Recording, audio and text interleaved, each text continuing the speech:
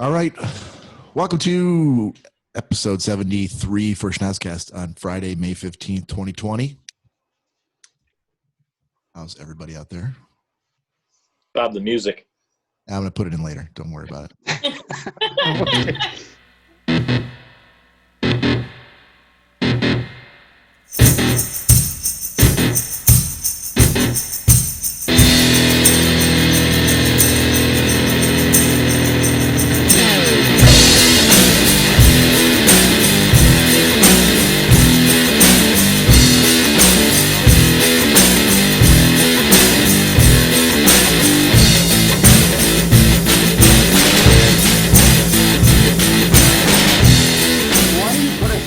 All that pixely stuff every week if you can just add it in later. Well, that's what I'm going to do. So it doesn't even come through loud and clear. It's all like that's why I'm doing it. So you're welcome. Thank you. There you go. I don't feel as well without starting with the music. I'll be honest with you. Yeah, I'm gonna be off. I'm gonna be off tonight. That's gonna go in post. You could sing it, Nick. No, there's no words. You can hum it. You can play it through your nose. Mm-hmm. Well, look, it's going to be better off this way because it'll be clear for everybody.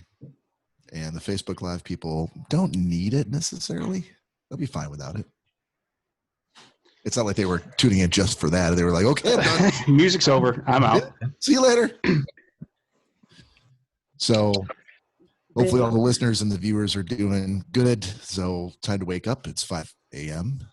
On your radio dial. We're the Schnozzcast, going to get you out from underneath that cozy blanket in the morning.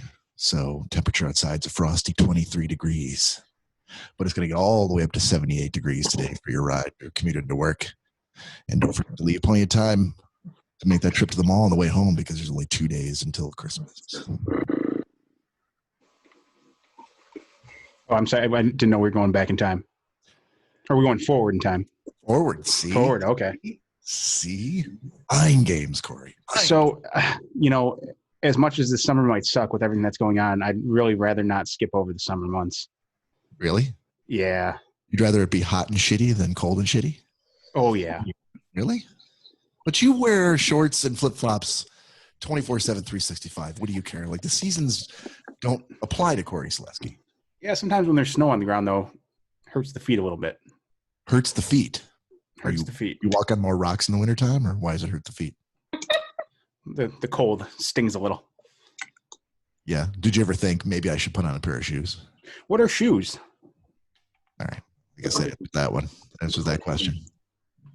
So hopefully everybody out there is doing well. Everybody's out there across this great land from Tuscaloosa down to Fort Lauderdale, breathing all over each other, infecting the shit out of everything, just so you can make that long-awaited trip to TJ Maxx and get that pair of flex slacks you're looking for.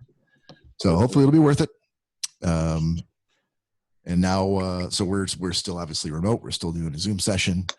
We have moved out of the toilet paper hoarding phase into, well, then we moved past that into the baking sourdough bread phase. And now we are fully out of that and into the giving each other horrible haircuts phase. So did you write yourself a script for tonight? Sorry? Did you write a script for tonight? No, I don't write scripts. Seems like you have quite the agenda going. Well, that's agenda in my head. So, let's go around the horn. Mr. Cory Selesky, how are you? Oh, hey. I didn't want to deprive you of your chance to do that. The signature hello. The signature line. Thank you.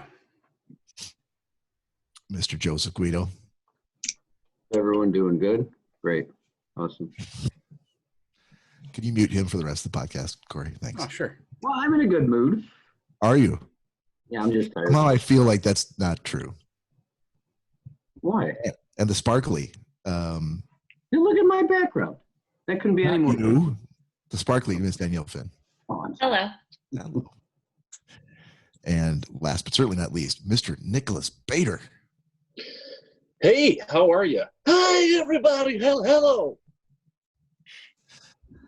If we ever got any mail from anybody, I would ask people to send their votes in. What's the best impression that Nick's got, and that's probably number one.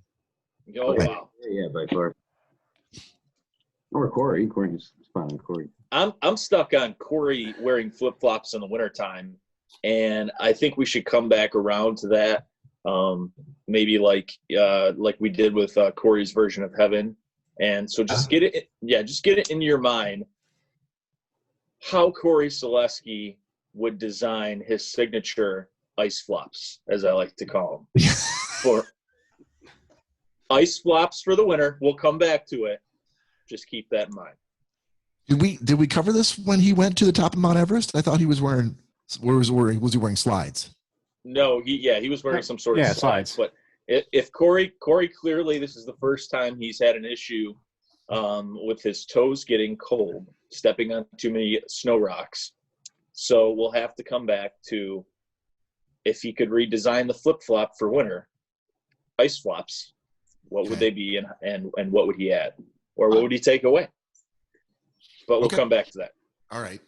And to piggytail onto that one, I do also have a great story relating to going back to Mount Everest. So when we get around to booze news. Is that your booze news? Well, that is. I really don't have a whole lot for housekeeping for this week. We kind of went for broke last week. Although I will say, I didn't realize we had 14 listeners in Malaysia. Of course we do. Dare we ask, Joe, what do you think of our listeners in Malaysia?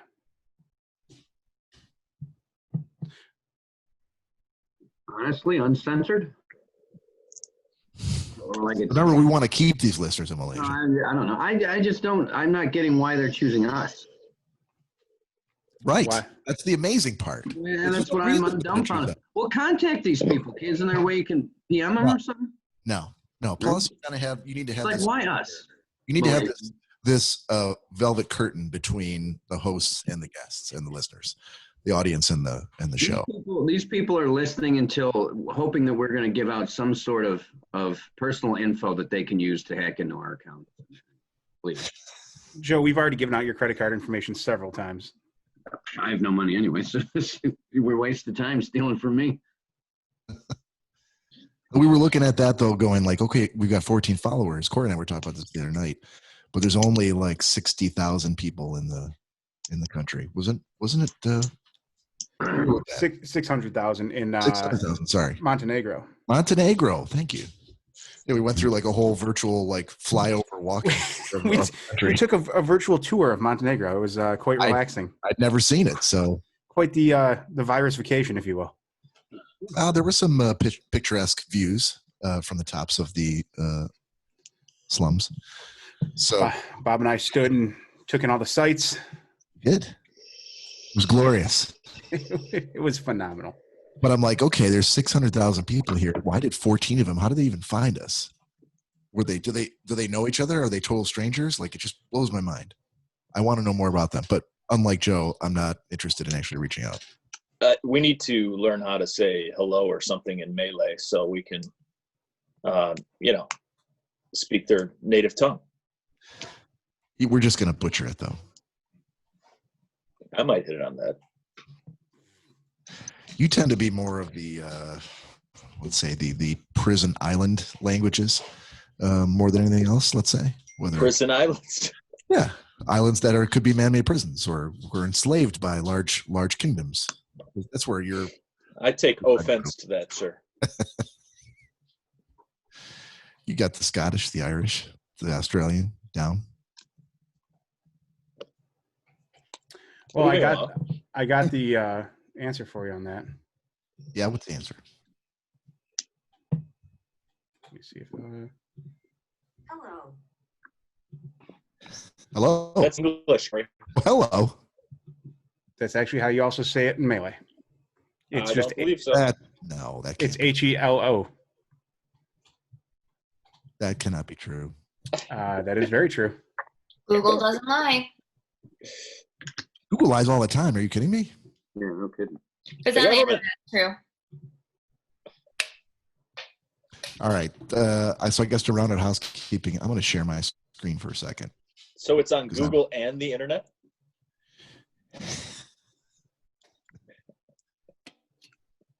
All right, so here's what I've got here. This is the graphic that Mr. Bader came up with for today. I just wanted to talk about it for a minute because I thought it was pretty cool. So this is a guy getting up, I assume, in the middle of the night, right? That's why there's a curvy moon hanging outside the window. Yep. And he's trying to raid the fridge. Doing a damn fine job of it. Yep. Yeah. I love the fact that back in those days, I assume these were in the 50s. He's put on pajamas weren't good enough for you back then. You had to put on your robe or your smoking jacket, whichever one it was. And in that robe, he took the time to put a paper in his pipe, just in case, like after he had a sandwich, he's gonna have a pull off of that pipe. Right. That's his dressing gown. Yeah. So he's made himself a Dagwood sandwich, I believe, as they called it back then, for Blondie and Dagwood. And then in the fridge, he's got a bunch of things in jars, but up here he's got an entire sliced ham on the top shelf. Uncovered by mine. Yeah, they just right. Well, back then, they didn't have saran wrap back in the 50s, did they? They had to have something back in the 50s. Oh, I'm sure they did. It was like cheesecloth or something like that. Yes, I mean anything. Paper bag. Yeah, so he's got like some sort of a cake. Somebody made a milkshake and decided not to drink it. I'm just gonna put it in the fridge for later. What's that right next to the milkshake? Some sort of tomato with whipped cream and a cherry on top. Whipped cream and on a bed of lettuce. That's how they ate their tomatoes back in the 50s. Was whipped cream and a cherry. And then the other cool thing I noticed was apparently back in the 50s they had refrigerators where there was individual slots on the door for each. Oh egg. Yeah. For eggs. Yeah. Yeah, our fridge up north is actually that color, and it has a spot for eggs like that. Like they're literally slots for eggs, individual eggs. Yep. That's crazy. I thought it was really interesting. Like I've never seen that in my life. Why have we gone from old school refrigerators like this where the freezer's on the bottom to where a freezer's on the top now? Well, now they're going back the other way. Now everybody They're wants going back. Yeah, I figured it'd be more efficient on the bottom because it's colder, In fact, now you can buy, I can't remember what the brand name is, but there's a high-end designer fridge brand name that's making a line of like retro fridges that look exactly like this from the outside. They've got all the modern conveniences inside, but on the outside, it looks like you were on the set of Leave It to Beaver. I don't know if that would go with everyone's decor, but hey, evidently they're doing it. I mean, yeah, a lot of people are going back to some of those like day glow colors in the kitchen, or like same color countertop, same color fridge, same color toaster. Look at the size of that piece of pie. That's as big as that whole salad. That's a big ass piece of pie, right in the middle. Right. Here, honey. And I'm gonna guess he's sliced the bread because that's what people did back then, and then just left it out there, and it's gonna be rock hard in the morning. I mean, it's a nice gin and tonic right next to it. It looks like. That's back in the 50s. The bread didn't go stale overnight. No, it just lasted on the counter. Well, it wasn't full of any sort of preservatives or anything, so it's probably instantly stale. Oh yeah. All right, enough of that. I just thought that was interesting. That was a cool choice for a graphic. But I'm like, there's a lot of things in there that young people, like 25 and younger, probably would not even understand why that was. I know the egg thing, that was crazy. I distinctly remember that from up north. Yeah. Take out each individual egg and place it. Yep. What a pain in the ass. Well, I assume, or did they come home? Did the wife or the lady of the house come home with her apron full of eggs and just kind of walk in the door? Like, yeah, or probably the milkman or whoever probably just delivered. Pile of eggs. Yeah, in a little basket, and you. Yeah, Cory. Believe it or not, my mother still comes home and removes all the eggs from the carton and places them individually into the fridge. Do you have egg slots in the door of your fridge? Not in the door. There's an egg holder in the actual fridge. Did she buy this? Is this an aftermarket thing? No, it came with the fridge, believe it or not. Okay. And it is a new fridge.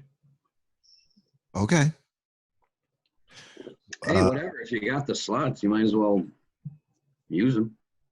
I guess. I don't know. It could have been one of your weird requests that it have an egg holder in the fridge before they bought it. How many eggs do you go through in your house on a weekly basis, would you say? Well, I mean, here Danielle goes through at least 12 a day, I think. I do not. No, I eat tons of eggs. Now, We're gonna get a smart guy. I want to. So in the Finn household, how many eggs you go through in a week? I have no idea. I haven't touched one since I've been here, to be honest with you. Danielle? It depends. Sometimes like a dozen, but I haven't really had them a ton lately. Okay. Just because because my sleep schedule is so off, I haven't really had like a ton of breakfast. Why is your sleep schedule off? Is someone keeping you up at night? Damn dogs. Yeah. You should put them in their cage. They don't sleep in cages. They should. They have their beds in the bedroom. Oh, I wasn't talking about the dogs. Nick, what about you? Egg consumption in a week? Zero. Zero? Not an egg guy? Are you allergic to eggs? No. No? Just not a fan? Nope. Okay. Joe, are you cracking them into like a blender and having like a dozen for breakfast? No, but if I make myself an omelet, it's a 5 to 6 egg omelet. Okay. And I take them to work. I eat them at work. I bet you in a week, I do about 18, probably 12 to 18 in a week. I eat eggs almost every day. It's like the perfect snack food. And I know we've bounced back and forth for years saying that they're healthy, they're not healthy, they're healthy, they're not healthy. They're healthy and they're fine. That's what I think anyway. So are you just eating omelets every day, or they're hard boiled, or I just make one and put it on a tortilla or something like that, or I don't know, but I eat at least one every day. That's like my snack food. You eat an egg every single day? Oh yeah. At least. I mean, at least one. Dead. I mean, there's been days where I've gone without eating an egg, but I eat at least one, probably almost every day. Huh. Kind of like Tony and his bananas, Nick. Yes. Bananas? Yeah, every day, and I never really realized it when Tony was still there. Apparently every day, not before the shift, after the shift, before leaving and clocking out, he would consume one banana every night. Someone just lit off a firework outside. Yeah, that's bizarre. I mean, should we move to do our first shot? Sure we can. Yeah, we're at about 25 minutes. All right, you guys go get them. I'm going to read a real quick booze news story while we transition into that. All right. So go ahead, guys. So I'll take the mic. So generally what we've been trying to do here for Booze News every week is to focus on the positive news stories and stay away from all the negative news that everybody's inundated with all the time now. So one of the things I found was there's a theater in California called the Alamo Draft House. No, I'm sorry. That's in Austin, Texas. Completely different state. Anyway, Alamo Draft House it's heavily tied to South by Southwest, a festival that they have down there, and they also host a lot of different screenings of cult films, niche films, and sort of independent cinema. So they're heavily tied to like the Quentin Tarantino's of the world, Robert Rodriguez because he's local from Austin. Thanks, Nick. And so they now have, obviously with the pandemic and having to shut everything down, they moved everything online. So you can go, if you're so inclined, to Alamo's on-demand draft house, and you can rent movies there just like you'd rent them off of Amazon for $3-4 a piece. I guess it depends on whether they're brand new movies or not. But if you're looking for something a little bit different, this is a great thing to check out, especially if you're into that kind of like off kilter weird type film. So it's ondemand.drafthouse.com. Check it out. It's certainly worth a look. All right, and Cory, you said you got a boot news story? You said you got a boot news story? I do. Are we moving right into that? Yeah, because I got to go grab mine. Well, I want you to be here for it. We'll talk amongst ourselves until.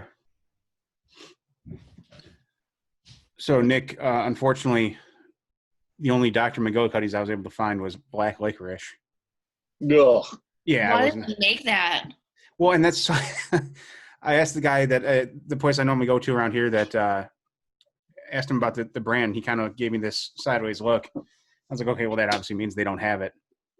But then something clicked as he was walking back to the counter. He's like, oh, he grabbed a fifth, and he's like, oh, this? And it was Dr. McGillicuddy's, but like I said, it was the black licorice. And I'm like, yeah, no, bud, we're gonna hard pass on that. So he did say he would order it and have it in stock out here. But, Were you able to get it, Bob? Were you able to get it, Bob? Dr. McGillicuddy's? I did, but they were out of apple pie, so I got the cherry. Ooh. That's Yeah. As I was just telling Nick, I found out here they have it, but the only thing they had was black licorice, and was not about to do that. They also had root beer. I went to the one that Nick went to, so I was on the fence. Root beer, cherry. They both sound good, but Well, and that's so they have 99 bananas, which I decided to get some of that, and they did have a root beer 99 bananas. Oh, okay. Which I'm kind of regretting not getting now. But I opted for some cinnamon to stay on course. Cinnamon 99 bananas. But I also did get butterscotch. Oh, okay. There you But go. what I'm going to do is I'm going to call in a pinch hitter right now because I completely forgot it was in the side freezer. And Bob, this will be a throwback for you.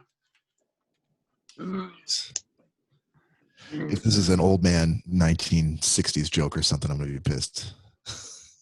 You got a snifter of old granddad. Yeah, a little VO. What, 3 fingers of JTS Brown, please. Yeah. Let me snap up my suspenders and take my pipe out of my smoking jacket. Spill a little in the glass, sweetheart. Oh, those are the days, man. I'm guessing. When you could say sweetheart to a woman without fear of getting Sweetheart.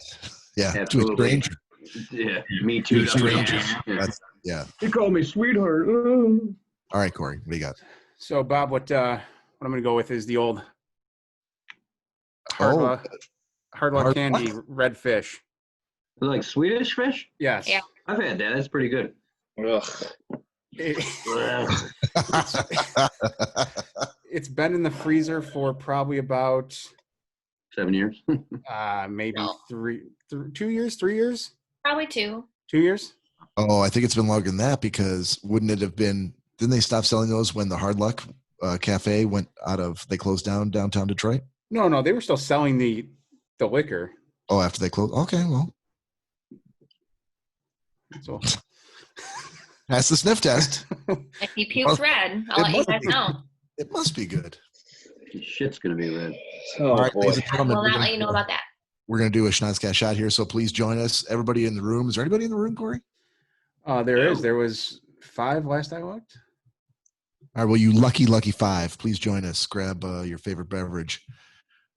Hey, everybody, let's let the people Good in the choice, Danielle. let's let the people in the room pause us for a second.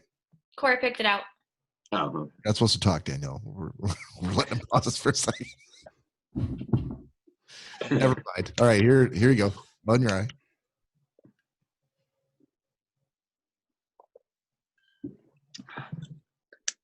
Ooh. Ooh. Ooh.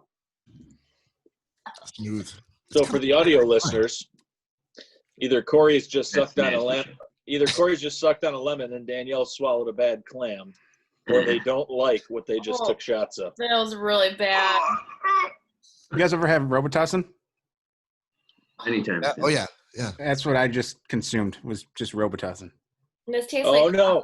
Robitussin's not bad. I mean, So- it was not good. So both of yours taste like cough medicine. Actually, it kind of tastes like hand sanitizer. I'm kind of having fun on my own now because I'm just imagining those are the faces that you guys make when you walk out of the bedroom. thank God that was Wow. over with. Oh, never Stinks again. like- Never again. Stinks like sex in here. Whole house smells like sex. All right. Well, Cory's going to throw up, so I can jump into one more. Found something cool while I was working this week and trying to avoid meetings. There's a public Tableau site that has a Simpsons prediction graph, and I can actually share my screen to show this. This is kind of cool. Hold, please. So obviously it says here it's the longest running sitcom in the United States. They are famous for sort of having this. It was kind of an urban legend that they would have some topic matter in the show, and then it would turn out to be true later. So they kind of mapped all of these different things that based on when the episode airs and the year their prediction came true. And you can kind of mouse over and if I can, there you go. So it'll tell you the episode, like, oh, in this episode, they correctly predicted the Super Bowl prediction for that same year. Presidential elections, the Roy horn for Siegfried and Roy, the tiger attack. They predicted that in 10 years before it happened. It's just crazy. Wow, that's crazy. Yeah, you can go by years prediction came true, sort by that. It's kind of inevitable, though. Isn't there two guys that strictly work with tigers? Sooner or later, one of them is going to get mauled by them. Come on, that's all you do. All right. Well, all right. Well, then I'm done with this one then. Joe, you just fucking. No, you get what I mean. You let all the air out of all the air right out of my news balloon. I know. I heard about it because they predicted not like COVID, but they predicted some kind of sickness was going to happen. Yeah, I think it was the dog flu. Did you see that most recent one? The snippet of the doctor up in the balcony, and he's like, "Come on now, everyone, calm down." He's like, "You don't need the cure." And they're like, "Give us the cure, give us the cure." And they're like raising pitchforks, and they're like, "Maybe the cure's in this truck." And they start hitting the truck, and it says "killer bees," and they fall onto the ground, and all these bees go everywhere, and the people are like, "Ah!" And they go nuts and start running all over the place. Like, well, that is the next thing. Mm-hmm. Yeah. Oh, they're big with pitchforks in The Simpsons. That's when you know it's going to be a good scene, is when they bring out the pitchforks. The lynch mob's out full force. Let me get one more quick one in here before I pass the ball over to Cory. I'll share my screen one more time. This is going to be the all screen sharing podcast edition. Yeah. So this is a cafe in Germany, and this is a real picture. They've literally given. That's what I'm talking about. Given hats to their patrons with pool noodles to make sure they stay 6 feet apart. There you go. I'd be more concerned about wearing those hats that everyone else has been wearing. Right? I was just thinking the same thing. Yeah, doesn't COVID-19 stay in the hair for like 8 hours? Come on. I thought maybe like if someone got too close, you activated a button and it would helicopter you out of the area like Inspector Gadget. That would be amazing. That would be pretty sweet. Go, Gadget Copter. Wowzers. All right, Cory, over to you. Okay, so going back to the good old Mount Everest, the news story I found for this episode, why climbing Mount Everest gives people weird boners. We spoke to a mountaineer about the effect of high altitude has on blood pressure and dicks. So you might have heard of people having airplane boners. This term describes erections on planes allegedly due to changes in air pressure that affect blood pressure.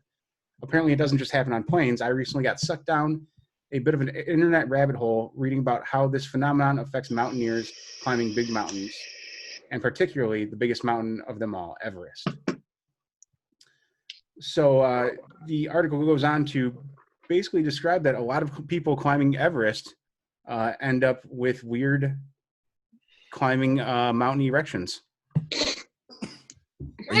Are you saying erection? Erections, yes. Okay, just checking. So they actually had they interviewed some people, and one guy said that he's climbed it twice, and he has gotten a boner around 26,300 feet. How he decided to guess exactly when he got that, I have no idea, but Well, as soon as if that happens, you go, let me look at my trusty Garmin. Well, how high am I? Make a note. I mean, I would think you have other things on your mind, but apparently. So should we be slightly concerned that if in the summer when everything's open back up, Danielle plans a trip for you guys to the Porcupine Mountains in Michigan here? Well, Do I look like climb mountains? What's that? Do I look like somebody that likes to climb mountains? Well, I mean, look at the give and take with that. I think he's implying you're not going to climb the mountain, or are you climbing the mountain? Corey, I think you're the mountain in this scenario, Corey. I'll take the chair. Okay, Corey. Gotcha. Take the chair lift. Short, bushy mountain. So one of the other questions was, walk me through your first Everest boner. What happened? This gentleman says, well, I wasn't prepared for it. I didn't even know it was a possibility. I woke up and asked the Sherpa why it was happening and what caused it. He explained because it was because of the altitude and blood flow, and said it was pretty common. Okay. Yeah, that's when the story went off the rails. He did not wake up and ask his Sherpa why he had a boner. Apparently, that's what you do when you wake up on Everest with a boner. No, I was with you all the way up until that line. Yeah. Sherpas, I don't think they speak English very well, so he wasn't like, hey, buddy, you know why I have a boner?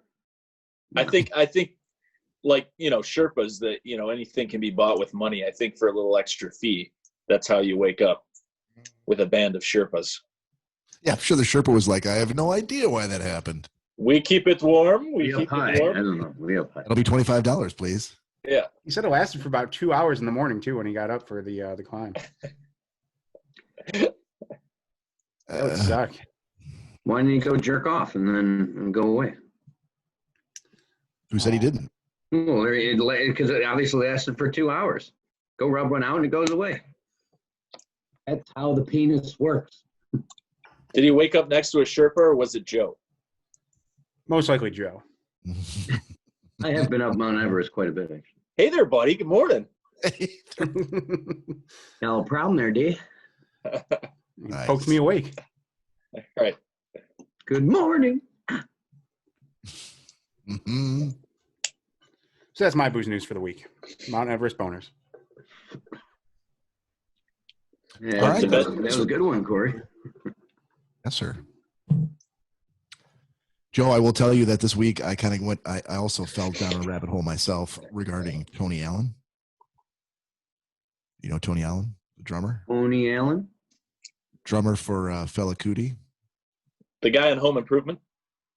Tim's brother. Oh, right. I thought you knew who he was. He's a really famous drummer. I kind of heard his name, and they posted like a bunch of like his best clips. Did he pass away or something? He did. He did. Oh, he did. I didn't hear about that. I've never heard of him. One of those world drummers, like, well, I guess he's the only one I remember. So he was a very underground and underrated drummer, obviously. Like others, just as others like him were also world drummers. Right. What wasn't he known for? Tony the Drum Man Allen. I have a couple of on the break, Joe. I'll send you some of the YouTube links. All right. It was pretty cool. There's a lot of Fela Kuti like to do like long, like 15, 16, 17-minute jams, and they would, and the guys would play their instruments for like 12 minutes before anyone would sing a note. Yeah, that's a little overkill, if you ask me. But that's what they were into. They packed the clubs. It was a jam. Yeah, they're a jam band. Yeah. When you go that long. So yeah, big rabbit hole because I had to watch a couple of them, and each one's like 25 minutes long. So yeah, of course. I'm like, when is this going to be over? How did Tony Allen live this long? So that's boozers for this week, ladies and gentlemen. I didn't get one. You have one? Yeah, I do actually. I watched this on the news the other night. This was world news. David Muir or whatever his name is. Can't stand that program. Can't stand him because his face looks like somebody's pushing it to the side. That's a great start, Joe. He has like a concerned face where he's like, you know, what's going on in the world? And it looks like somebody just slapped him across the face and his face got stuck. But anyway. Maybe he has Bell's palsy. No, he doesn't have Bell's palsy. But they brought up a new topic just to scare the public and I guess let us know that maybe we weren't aware of this, but evidently COVID can be spread through talking now. Now, when they said that, I'm like, really? Air is coming out of my lungs. So yes, it can be spread. They're talking to us now, the public, like we're fucking chimps. So we have no clue what the hell's going on. We have to be informed that it can be spread through talking now. So if you're next to me and I'm talking to you and air is coming out of my mouth, that it can be spread through talking. We're like back to square one with this shit almost. It's like this just happened yesterday and they're like, don't talk to anybody now. And now people are going to be afraid to talk to people. It's ridiculous, if you ask me. What channel did you watch that? That was on World News Tonight. That was on ABC or whatever, on Channel 7. Was it after like 1 a.m.? No, it's on at 6:30 and then the news is on at 7. But okay. I mean, they're telling us stuff that I evidently they think we're not aware of. You know, like. Problem is, you've got networks that are dedicated to news that have to fill 24 hours. I understand. So, I mean, they're going to beat stories into the ground, and eventually they're going to have to go. All right, we need something else. Hey, Fred. It's just like it's the typical thing, though. And then right at the end, they dedicate like a 45-second clip to something happy that's going on in the world. When I was watching that program, it was a bunch of Army people that were in the Army, in the armed forces, and they did like a musical montage for, and they sung a song and they were good singers. A couple of them played the guitar and all that. And I'm like, why not put some more of that on the news? It made me sick. Don't get me wrong, but I'm kidding. Put more of that on the news. Put more happy stuff on the news. Well, that's our job, man. I'm so sick of listening to negative, like fires here and earthquakes and COVID and this. And then they give you a minute at the end to be like, oh, see, we do have a heart. We're gonna put something good on for you right at the end of the broadcast. Come on. See, Joe, that's why we do nothing but good news for the Booze News. Well, and I ended up with good news. So speaking of songs, I have someone waiting on the line here. We went to Danielle's parents' house the other day to have dinner, and it was the first time that her brother's been in town. That I've seen him in ever since like 2 years ago. And like he 5 years ago. Was it 5 years ago? Yeah. All right. Well, he informed us that 2-5, Okay, well, so I feel like it was like a decade ago, wasn't it? With brotherly visits and alcohol in the freezer, Cory's time frame is really off tonight. Yeah, my time frame's never the best, but so we got talking about he does a Twitch stream and all that, and we got talking about the podcast and everything, and he sang me this song that he regales his family with apparently on a daily basis. So I'm going to bring him on to give the background of the song. How it's background vocals? To give the background of the song, how exactly it's performed, and let him give a little bit of a shout out to his Twitch stream. So, okay. Everyone, we're going to welcome George Finn III. Danielle has an odd smile on her face that I can't tell if she's actually happy or she's like, I can't believe he's fucking doing this. No, and he's the fourth, Cory. Oh, yeah, I'm the fourth. That's right, he's the fourth. You got to start your video. Oh, my video isn't working? The whole story's ruined now. George, no, you're not there. Just your voice. Oh, George, you poor. Hold on, I'm getting it. There we go. There he is. Hey, how's it going? Welcome, George. Hey, George. Howdy. How are you guys tonight? Doing well, sir. Not so bad. George, we got Joe on my screen right above you. This is my cousin Bob and my buddy Nick. How's it going, guys? And I think you know your sister. Yeah, I know. Yeah, I know her fairly well. So, George, the other night at dinner, we got to talking about something that you regale your family with every morning when it's a certain time of the day. Yes, it's usually right in the morning after I get done, usually drinking like my first cup of coffee, maybe not like even the full cup. It's usually like about the half of the cup. It first started when I lived in California with my wife, and I did it just so to give her something to laugh about in the morning to start her day off, and it's called the poop song. I already like this guy. He is my favorite guy that we've ever had. I told you you'd like it, Joe. His favorite guy. And over the years, and this has been going on for years now, I have changed it up to 2 different versions. Oh my god, I didn't know there were 2 versions. Yeah, Yes, there's 2 versions of the song. There was the original version. That was my dad laughing in the background, so y'all know. Yeah. Oh, very good. And then there is the alternate version that I started after we moved in with one of our roommates because she loved Folgers coffee. Tell Daddy needs to be quiet. Dad, you need to be quiet. Okay, so the first one is, all right, so it goes, it's poop time, poop time. It's the best part of waking up. And then the other one that I made up was basically I started dancing around and I go, it's poop time, it's poop time, it's poop time. It's the best part of waking up. It's pooping in your bowl. So when this is accomplished, George, do you take the shortest route to the bathroom, or do you which way do you go? Oh no, I go throughout the entire house. I could just pinpoint straight line to it, but then where's the fun in that? So just to let you guys know, there is literally a straight line from George's room to the bathroom, or you can take this very long way around that does go through basically the entire house. So George has been kind enough to take the long route during his morning poop song to regale the entire family with it. Yes. Yeah, so I thought, given the poop knife stories and all that, George's story would be very, very fitting, and the song would be fitting to one thing that we like to talk here a lot about on the podcast. Thanks. And it was a little treat. It was a little treat for Joe. Danielle, your thoughts? I have none. Exactly. She is so mesmerized by the brilliance of the song that it renders you speechless. I feel bad for my poor mother because she hears it every morning, and he, like I said, he parades through the house and sings it. So,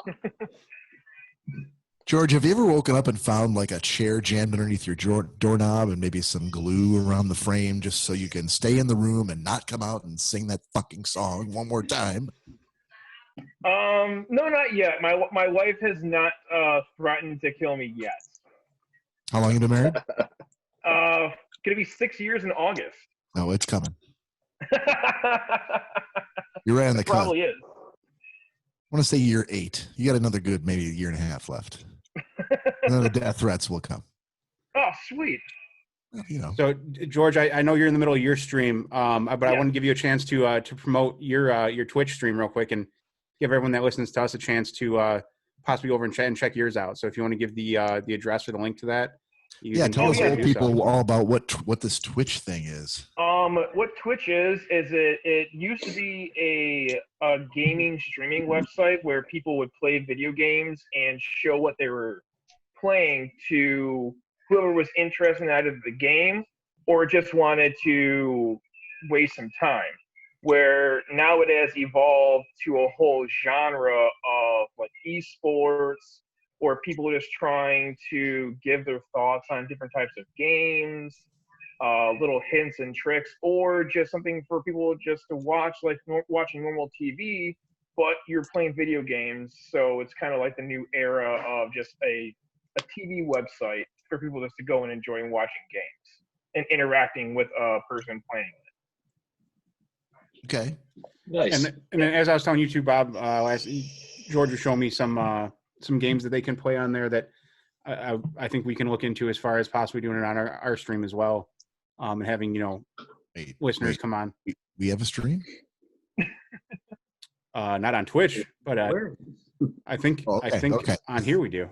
All right, you were blowing my mind. I'm like, I feel like I would have heard this if we. Yeah, no. Sorry, I would have informed you guys if we also had a Twitch stream. I think.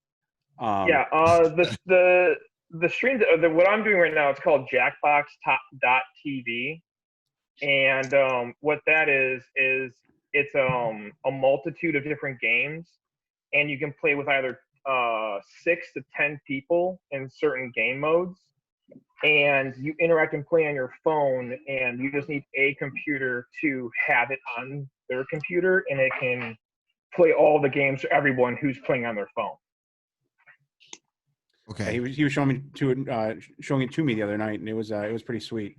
As a matter of fact, Nick, like doing the song trivia, it was basically along those lines, just more of a virtual mode where everyone can interact with each other, and the computer would be would know who signaled first or whatever. So that's something we'll have to look into. Yeah. I can't see Nick giving up control of selecting who picked first. I know as much as he likes it, but so well. And also, my stream is twitch.tv/Solaris SOULAIRES. Okay. So, thank you, sir. Those that want to go check out George's stream, please feel free to do so. Give him some support as you've given us. George, does Cory have that stream address? Because I want to. I can copy it and show it to him after I get done with this. Yeah, after you get off, just go ahead and shoot me a text. We'll post it up here. Yeah. Awesome. And last thing for you, George. Thank you very much for joining. But I also wanted to let everyone know that George is also he was a member of our United States Navy and served our country. And unfortunately, he's had a bit of a rough go with some injuries that were caused during that service. So, George, thank you very much for your service to our country, sir. It was my pleasure. Thank you. Thanks, George. Thank you for coming on, George. We'll have you on as a full-time guest one of these episodes. All right, thank you very much. It was fun. Wait, George. Yeah. George, before you go, any chance that you might be able to record that song and send it over to Cory as an MP3 file?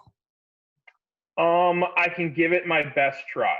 All right, if that's something that you're interested in, I feel like Cory could have some uses for that.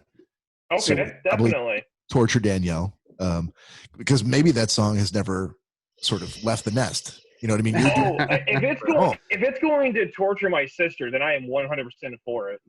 We can talk about how you can send that over. Awesome. Just thinking of you, Danielle. Thank you. I appreciate it. All right, George. Thank you again. The royalties. Take it easy, guys. See you, Bye, bye. Georgie. Thanks, Bye, Danielle. George. Yep. Oh, I love it. All right. I was going to ask him. I'm like, George, when you have to take a crap and you sing that song, do you ever see how long you can hold it before you actually go into the bathroom and take a dump? Oh man, why didn't you get that out? That would have been a good one. I've never met the man before. Get it? That's fine. We'll have him back on. I guess we're slowly starting to realize why Danielle hasn't hit the transition from her family to Cory as abruptly as we thought she would. Yeah, you didn't grow up with either of my brothers. So, because my youngest brother is just as bad as George. I'm actually surprised he was walking around in the background that he didn't jump in the shot. So the poop knife hanging in the bathroom is nothing. I was very surprised Alex was able to control himself and not. I know, I was too, because I thought for sure he was going to jump behind him. What guys do. Well, that rolls us into 1 hour, guys. If Are we 1 hour already? We are just shy of 1 hour. Okay. Well, let's take a break then, and we'll come back in about 15 minutes for the second half. Sounds like a good plan. Sounds good. Excellent.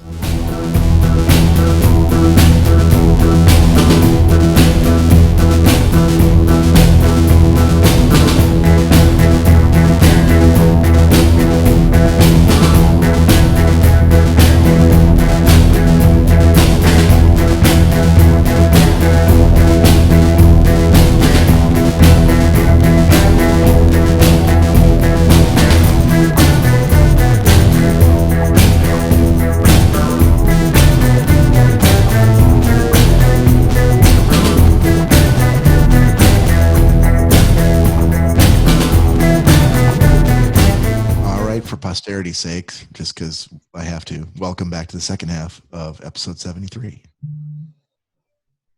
Oh, there it is. Did your dryer just start up again? Yeah, what the hell? I don't know. That's what I was like, what the heck's that? Your dryer Alexa enabled? It's just like sprang to life as soon as we went live. Oh, you're going to go live? Let me play you the song of my people. The song of my people. Oh, Danielle with the sick burn. I like that one. Mm-hmm. I thought you might. All right. Joe. Yeah. A little birdie told me that you wanted to do a shot. Yes, I do. I have one right in front of me. All right. Well, let's do that then. A very colorful shot glass that's not coming in.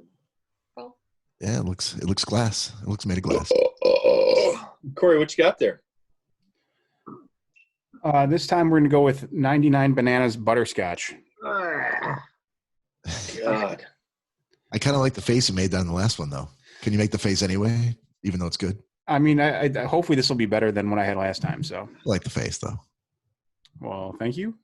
Corey goes into the liquor store and asks the guy, he's like, yeah, let me try that 99 bananas butterscotch. And the guy's like, picks it up off the shelf, blows all the dust off, and he's like, there you go, buddy. No one's ever bought this shit before. Well, cheers. Here's to you, everybody. Cheers.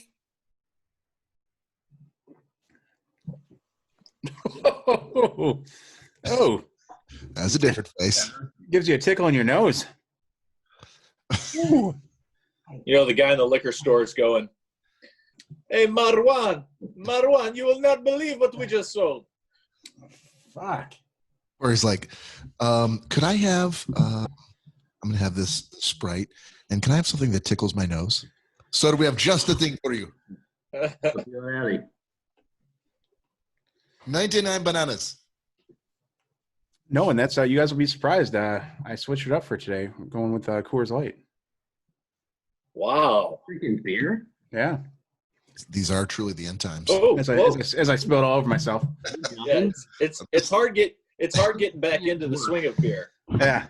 Forgot how a can works. Beer has a totally different consistency than liquor. This is crazy. I didn't even realize that. It's totally different. Going from a car back to my truck, it took some adjustments, but Oh, it's spicy. No, it's not spicy. It's carbonation, Corey. It's different weight in the hand when you lift it up and bring it to your face. it really is. Oh man, Cory, you're gonna have to drink like 10 or 12 of those to get used to it. Well, it's got to be done, I guess. What's the deal, Corey? Is something seriously wrong? Yeah, I'm dead inside, so figure might as well enjoy all the different alcohols I can. Is there something new that's wrong? Yeah. Oh no, just figure I switch it up, and I guess I might have been a tad jealous of some brewmates people had, so I figured we'll. Oh, okay. Well, it would have one of those things. You're drinking beer now. Well, it would appear here, Mr. Selesky, that your liver's completely saturated with cinnamon and vodka. What should I do, doctor? Beer. That's the only answer, Cory. Beer. You got to switch to beer. You got to get off the vodka and the cinnamon. Yes, beer, the cause of and solution to all of life's problems. Exactly. Or your liver's looking like a Thanksgiving Day ham. You're gonna have to switch to beer, my friend. You gotta get off jockeys right away. Yeah. I don't get that reference. Of course you don't. Cory, I thought about you today. I was watching a little bit of Seinfeld. Oh, and you heard the fucking laugh tracks, didn't you? But it was clearly like it was the. I don't even want to spoil it to you, but it was the episode where. Oh yeah, don't tell me because I'm going to watch it tomorrow. The gang actually discovered Kramer's first name. Okay. One of the best episodes. Yeah, and I defy you to tell me that that's a laugh track. That is an actual audience. Oh my God. I can already tell you it's a fucking laugh track. It's not a laugh track. We know for a fact. Let me guess. It ends at an exact point. No, I know it was recorded. Just because they record it in front of a live audience doesn't mean they use their actual laugh during the actual. Why would they not use the actual laugh if they've got an audience there? Yeah, they're laughing their heads off. The actual audience laughing at each episode. They edit it and they use it where they find where it's needed. That doesn't mean it's just people sitting in a room. They're like, okay, everybody laugh. Listen to every laugh that comes across. There's maybe 5 different ones they use. That's it. Not true. Not true. Very true. Not true at all. I defy you to research that. Plus, I guarantee you that episode would have been less funny without the laughter.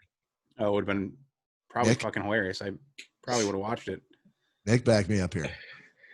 Yeah, but you know what? The funny thing is that you can tell that there is actual laughter going on, because first of all, there's a lot of deleted scenes that they show you where Jerry starts laughing because the audience is laughing.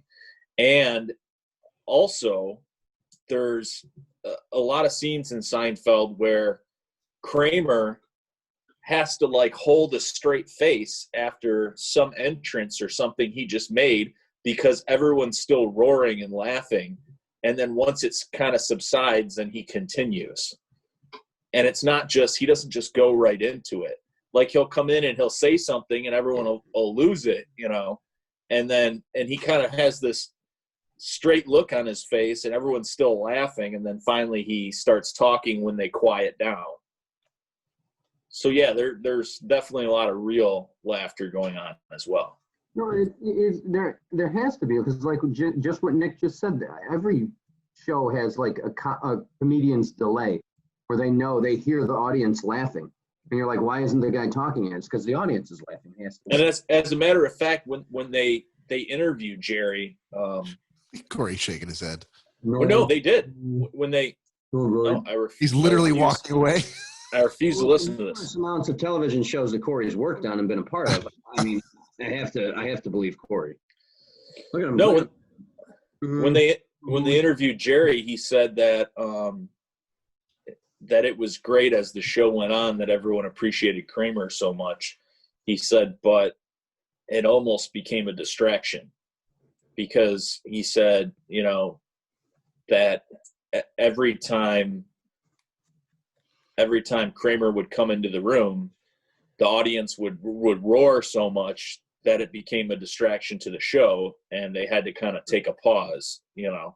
Yeah, and you see that as it goes from season 1, where they don't really know his character, into like season 4, 5, where they start to realize Kramer, and then seasons like 6 and beyond, all he has to do is slide through the door and everyone erupts, you know. He's like the Fonz, literally from Happy Days. Right. You know, just his entrance or his line, that like he's going to get laughs no matter what, even if it's a bad line. He's a physical comedian. That's why. Like, yeah, exactly. Right. Yeah.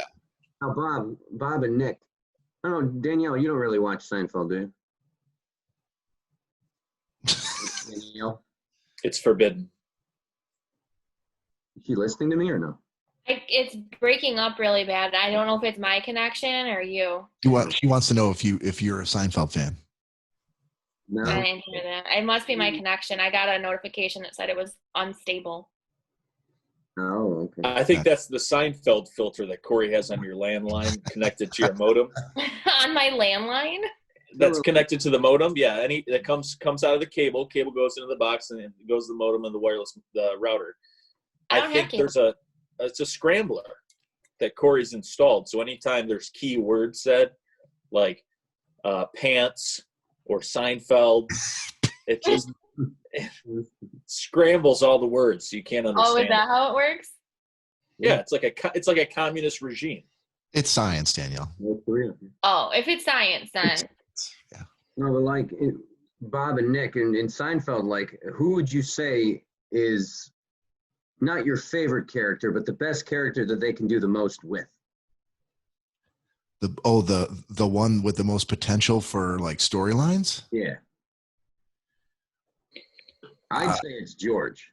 I think George is the best character on there in terms of what they can do in the way that they make him, you know, he is what he is, you know.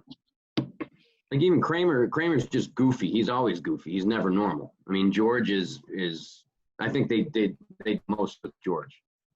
Well, yeah, I think so too. I think George, you know, a whole episode could be centered around George. Absolutely. I think the more problems that a character has, the more defects and insecurities that a character has, I think the more you could just use anything, because he's afraid of everyone. He's afraid of everything. There's no situation you can walk through and just get through like a normal person. Like Jerry can do that. Kramer can even sometimes do that. Elaine can do that, but George literally can't get through any situation without either overanalyzing it, screwing it up, causing a problem, you know. Like affecting somebody else. I think one of my favorite episodes was when George went to work for Play Now. Yeah. Mm-hmm. It downgraded me some sort of a bunker. Well, that was yeah, right. And when he went to work for Penske. Yeah. For that 24 hours. Oh, no. I don't need the big office. I'll take the small one. I like to feel cozy, feel nestle. But yeah, Play Now was, to me, hysterical because, you know, all the different lies that he was wrapped up in. You know, I mean, everyone can relate somehow to that, you know, a little bit, you know, and he just was everything, lying about a new place of work and, you know, pretending he's handicapped and all this stuff. And slowly people are figuring it out, you know, and he's just going with it. And I just think it was hysterical. That's what makes him such a good character, because he will continue to, like, most normal people in real life would have given up like long ago, but George can't admit to the lie. Like, he'll just continue to tell more lies on top of the original lie to keep it going, and it just makes it worse and worse. So Derek Horvath wants to know if George is, he's kind of making a statement, but also questioning. George was based off of Larry David's experiences in life, he thinks. Yeah. That's absolutely a fact. And he quoted, he goes, but George, remember Jerry goes, but George, he goes, yeah, well, they think I'm handicapped. He goes, they think you're handicapped. He goes, but you're not handicapped. He goes, Jerry, let's face it, I've always been handicapped. He's now getting the recognition for it. Right. But yeah, there's a great, I think there's several talk show interviews that Larry David went on, whether it was Conan or, you know, Fallon or whomever it was, where he was asked about it and told the story, like, yeah, that time where I got fired, I quit a job, and then I was walking home going, what the hell did I just do? And a friend of mine was like, you should just go in tomorrow and pretend like nothing's happening. He's like, yeah, right. He's like, you know what? That's not a bad idea. It's like that actually happened to me. That was my job at Saturday Night Live. I quit Saturday Night Live and then walked in the next day, sat down at the read table like nothing had happened. What happened? Oh, they told him to get the fuck out. I mean, at first they were like, what's, you know, it was just like the show.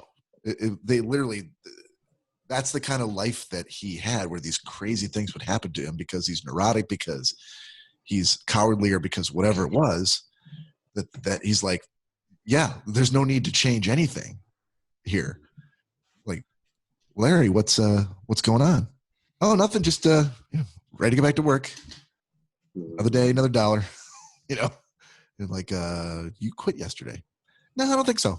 I don't think I did. So do you remember the episode where Jerry kept saying, hello, Yeah. and Elaine's like, what is this? What is this voice? And George was going back and forth. There's la la la, hello, you know. And she's like, what is this? He's like, it's stupid. She goes, I'm sure it's stupid, but I need to know. Tell me what it is.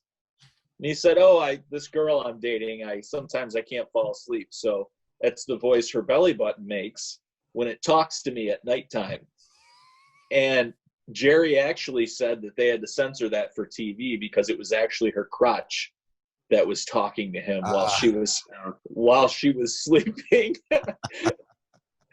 What was that, 90s, right? Yeah. So remember, so finally towards the end, Jerry, hello, and she's like, stop doing the voice. And she was getting really pissed off that he was doing the voice. And that was the Play Now episode as well, because Kramer wanted to test his bladder system with oil tankers, and they used the giant Play Now ball and they filled it with oil, and they sent it over the window.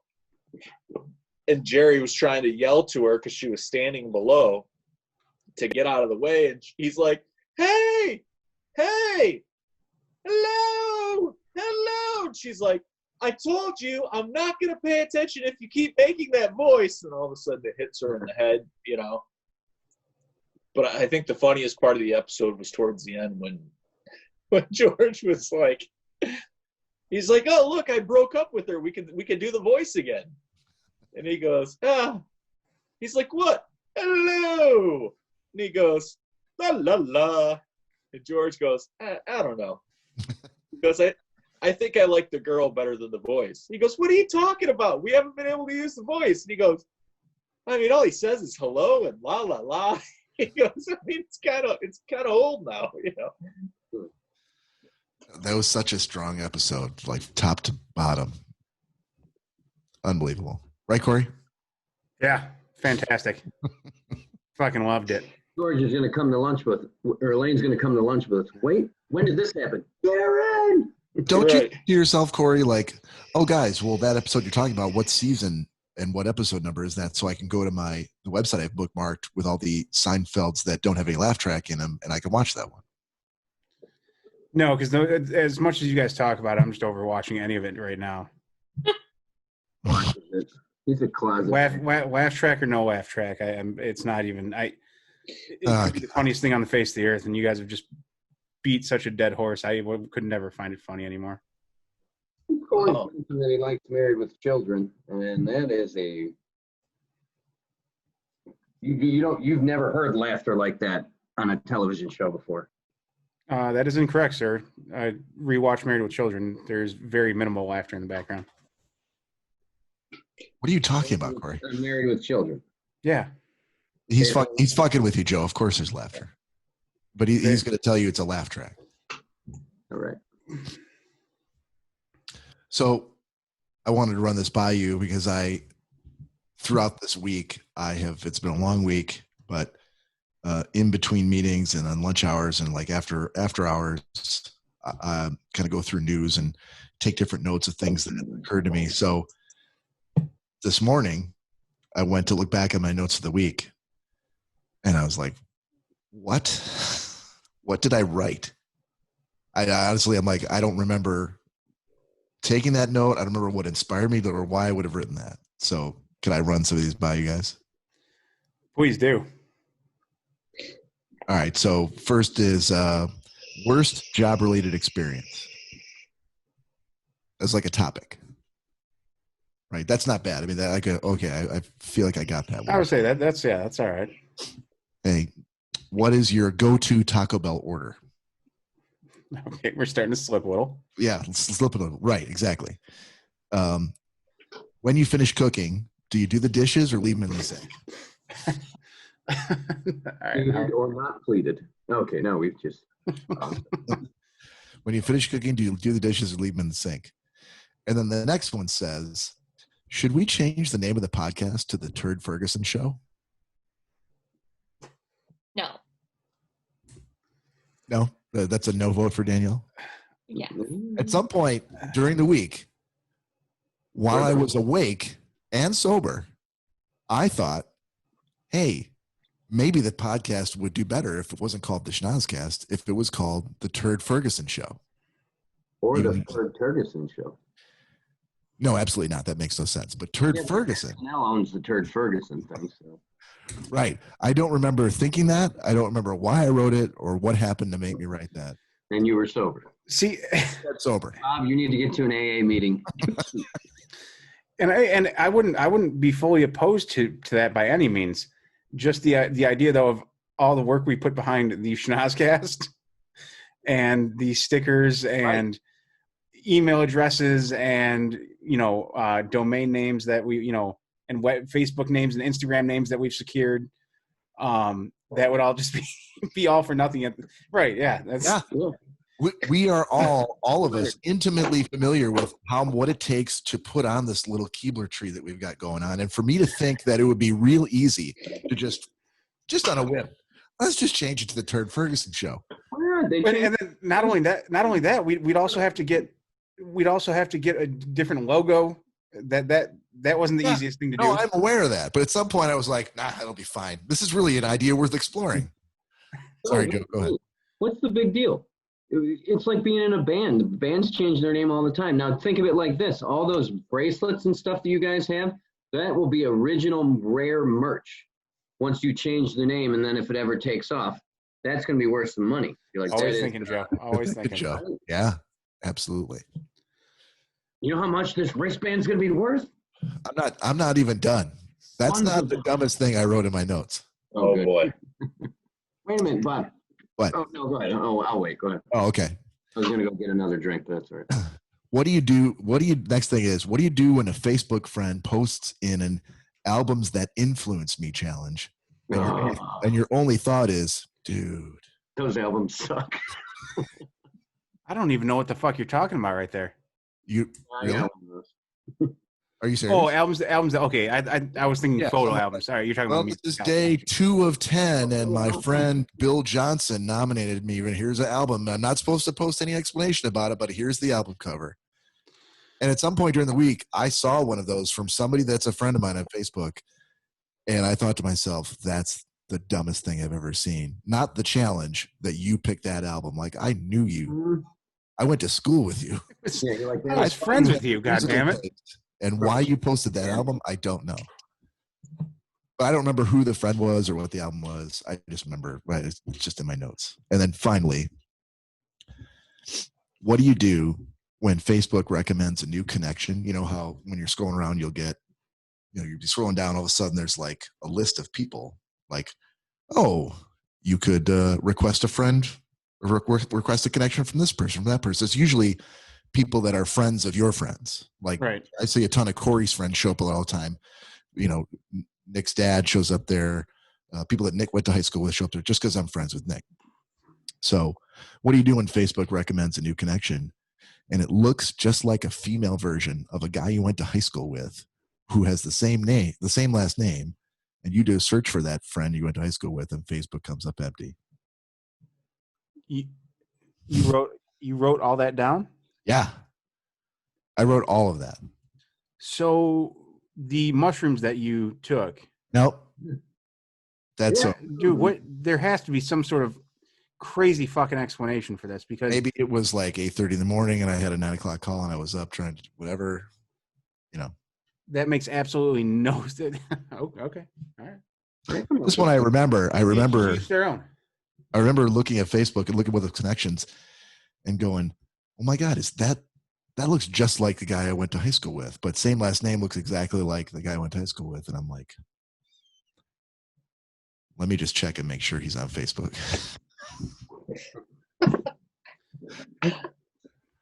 Quite the conundrum there, Bob. Yeah.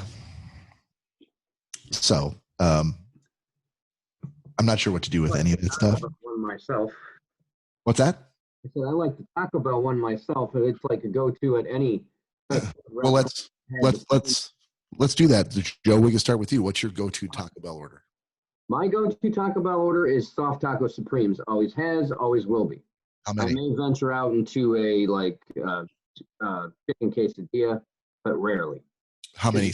How many are you getting? I usually get 4 to 6 of them, but I don't eat them all at once. You know why? Because I've gone to Taco Bell many times. I've found what I like, and I'm going to stick with what I like.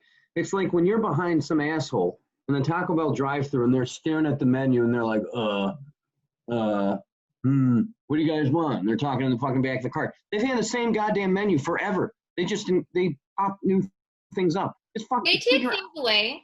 But figure out what you want before you get up to the speaker. That's all I'm saying.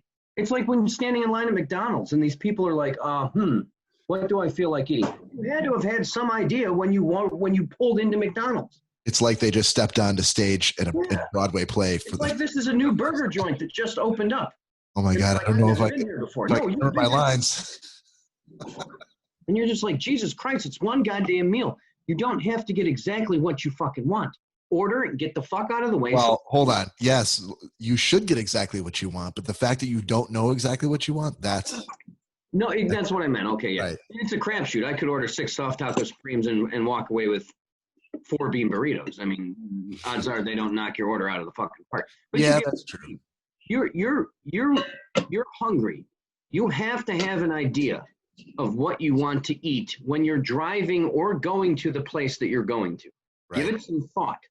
Right. Don't wait until you walk up to the counter and then stare at the fucking menu And then you got 10 people behind you that are like, dude, order and get the hell out of the way. You know, it's a pain in the fucking ass. All right. Hey, Danielle, what's your go-to Taco Bell order? It's either. Not either. What's the No, go? because it's not always the same. Just tell me one of them. Two things. Tell me one. Tell me one of them. No, because that's not what it is. It's one or the other. No. It depends on what mood I'm in. I said 2. What's one of the moods? What? Yeah, Which Joe had to say 2. No, he didn't. He said He did. 4, Quesadilla was between rare, 4 and though. 6 soft taco supremes. That's what he said. And then he said a chicken quesadilla is rare. Rarely. Whatever. He still All said right, go ahead. Go ahead with your 2. Go with your 2. Even though I only asked for 1. That's fine, Daniel. Because it's not always the same thing. Go ahead. Go ahead. So, It's either, A bunch of shit and add this and minus that. And, no. so on a day where you're feeling hot and spicy, what pick is that? No. Well, I asked her what the mood was. She didn't want to tell me. So just We're tell me what not a mood. you just said. There's one of. I mean, it depends on what mood I'm in. Yeah, but it's not like it's just what I want to eat mood, not like a. Not like an after sex meal. Come on, women name their boyfriends balls. You can name your moods. They do. Oh yeah, all the time. No, they All don't. the time. All the time. Bert and Ernie. There you go. No, Peanut butter and jelly, ketchup and mustard. Just name your moods, Danielle. Come on. none of those. They're not moods. It's All either right. if I want one thing or the other thing. As the podcast, we will name each mood based on what you're ordering. So first order, go. Is the cheesy gordita crunch meal? Nick. This is my order. No. What mood is she in if she was the cheesy gordita crunch meal? I would say that's Little saucy. that's a normal hunger meal with no alcohol influencing it. Okay. The sober hungry meal. Yeah. Okay. What's the other one, Daniel? Chicken quesadilla meal.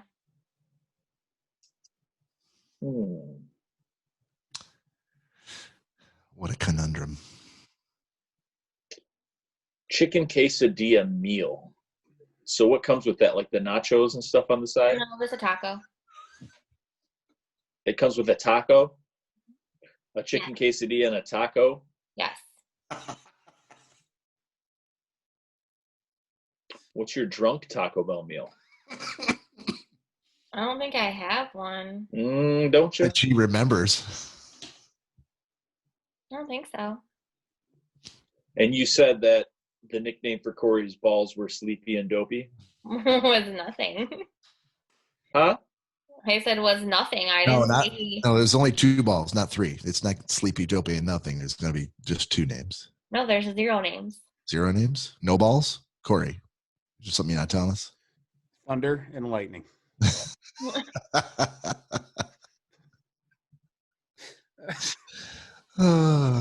You asked, Nick.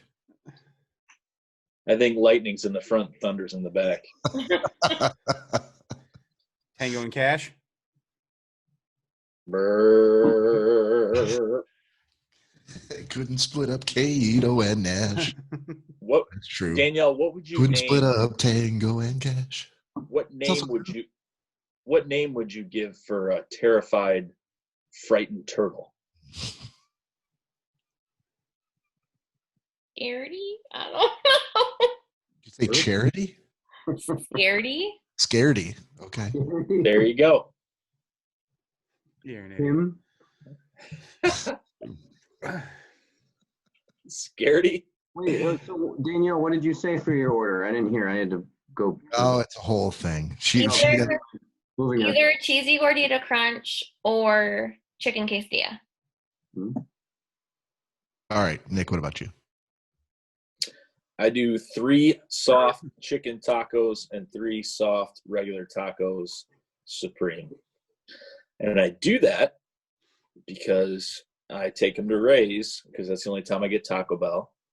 And I typically give 2 of them away, if not 3. So you haven't been to Taco Bell since Ray's closed? I think I went once. I was gonna say, hang on, buddy. You One ate time. the tacos the one night we were on here. Yeah. Yeah, well, I got the box. That was the first time. That's not my go-to. I got the box because I'm like, how is it that I get 3 soft chicken supreme and 3 regular supreme, and for 6 tacos it's like $13, and this box for 12 of them costs $14.99. I'm like, that makes no sense. So that was the first that I bought that box, and I ate them for 3 days. And that was on day, like, I think that was day 4. But I have eaten tacos on here before as well with you guys on Zoom that I've made at home too. Gotcha. Cory's yelled at me saying that I was making him hungry. Well, I just assume he's always hungry. Oh, speaking of which, well, let's finish this part and then I got something to do. What's your go-to? Cheese quesadilla and a cheesy gordita crunch. Gotcha. You know what I mean? Simple shit. You know what you want when you go up to the goddamn window. See though, but and the reason being with no meat in the quesadilla, if it gets too cold, the meat is not the best because it's not actually steak.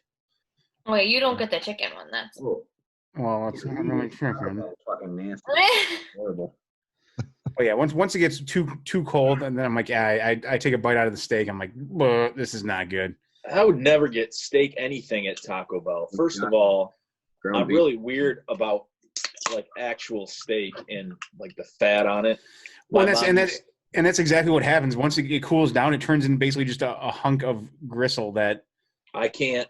If I take a bite of chicken or steak and it's fucking gristly or chewy, it's gonna end the entire meal for me. I can't do it. I'm exactly like that. That's why I don't get chicken either. I don't get chicken or steak.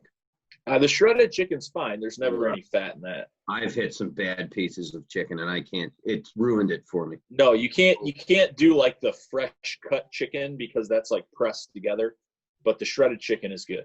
Ugh, I've gotten chicken tacos before and it ruined it. I'm the same way. I can't do a burger that's any thicker than like a quarter of an inch. These burgers that are like 3/4 of an inch or an inch thick. I'm like, fuck that. I don't want to chomp into some nasty piece.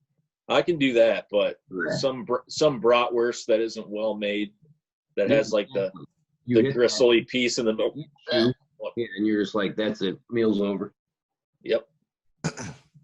Bob, what's yours? Generally like 2 soft taco supremes, gordita supreme, and a beefy nacho loaded griller. There you go. And you know exactly what the hell you want. Exactly. Yeah. And my kids are the same way too. It's very predictable. Like I could go order for them. They don't need to be there. I don't need to ask them what they want. I don't on most, like certainly for fast food type stuff. Exactly. It's like even going to a sit-down restaurant. Like, right. I mean, I've been to Big Boy many times. I love Big Boy, but I always get the same thing when I go to Big Boy. Right. You know, Strawberry Fields pie. No. Oh. No. If I haven't eaten all day, I get a Slim Jim because I love the Slim Jims. Moons over my hammy. Yeah. No, but it's like either that or it's some sort of it's an omelet. It's either an omelet or a Slim Jim. Because I found 2 things that I like, so I'm going to stick with it. I'm not going to be like, I wonder if the chicken parmesan's tender tonight or something. There's shit on Big Boy's menu that they shouldn't even fucking have on the menu. Spaghetti, chicken parmesan, fish. I'm like, no. Leave fish to the seafood restaurants. So speaking of which, I just sent you guys a picture of what tonight's dinner was. All right. So you'll have to describe this for the audio listeners. 2 huge king crab legs. What a surprise. That were absolutely fucking phenomenal. And I think I might have shed a bit of a tear eating those crab legs today. You cooked those? What's that? Did you make them or did you get them from somewhere? No, I bought them from Costco. Well, Danielle's mom actually got them for me from Costco. That's not your plate. Those weren't your crab legs. That's not your plate, and that's not your table. That's exact. Danielle can confirm that. I took that picture on the top of the deep freezer to make it First First of all, it seems very minimalistic for you, Cory. And second of all, are you dipping it in ranch dressing? What the fuck is that? That's melted butter. No, that's congealed butter. No, that's melted. That's not butter. There's something else in there. No, it's half stick of butter. Really healthy meal, though. I mean, clearly you don't know how to make clarified butter. So. You lost me at clarified. Is that liquid reduction? It is. God damn it. All right, listen, guys, we want to try to get through gentleman's agreement and pick of the week before we close it out tonight. So we need to step to it. So Danielle stepped away. I think everybody's got gentleman's agreement, right? Except for Joe. Well, I do. Do you though? I've watched the movie, yes. So. And he assured me 2 nights ago that to make me feel better, he would watch it again, but I know he didn't. No. No, you didn't. No. All right, so we're not even going to do that. We're not going to do that. So, which one of you gentlemen would like to go first? Or you want to go? Go ahead, Nick. Nick. All right. I will go. What'd you have? Since the past 2 weeks, have had to brush the hair against the grain of everything I stand for and watch a 1970s fucking concert. Yeah. And then watch a documentary on Lady Gaga when I was extremely tired. So that it was very difficult. I'm going to say that I immediately understand why Cory loves it. And it's Cory's recommendation because she walks around in absolutely nothing the entire time and shows her tits a bunch of times. So I think we all know why Cory likes the Lady Gaga special. Oh, and she has tattoos going up and down all over her body. Why would Cory recommend this? That's number one. Hey, Danielle was a fan too, not just me. Yeah, well, Danielle's a fan because it's Lady Gaga. But in my mind, I was like, why is Cory a fan of this? This doesn't make any sense. And in the first scene, she's wearing a wife beater that's cut into a bikini where you can see all her tattoos and no bra, and her nipples are showing. And short to follow, she takes her top off several times and shows her tits. You sound like you're offended. I'm not offended. Okay. Me too, Bob. I'm saying, Me too. I'm trying to understand why Cory would like it, and I soon realized it. But who assigned that to you? I did. Oh, okay. Cory assigned it to Danielle. Danielle assigned it to me. I never assigned it to her. We watched it together. We watched it together. I thought you said it was your recommendation to Danielle. Initially. No, he said he recommended it for you that you would like it because we watched it together. So he's the one that found it, and we watched it because he found it. Nick would like it, so you assigned it to Nick. So Nick, you're right. Exactly. So anyhow, that makes the logic on that makes no sense whatsoever.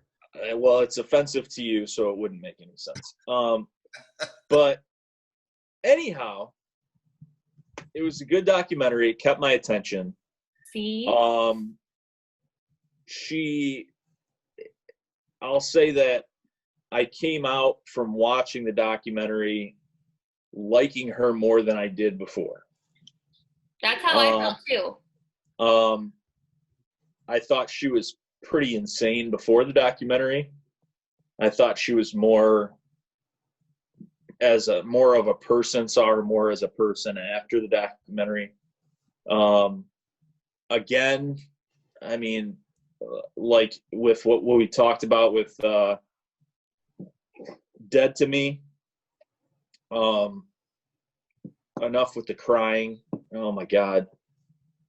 The crying in this documentary, it's like every other scene, she's fucking crying about something. She's crying over a fan. Girls cry a lot, right? She's crying over a fan. She's crying over she's in pain. She's crying because she saw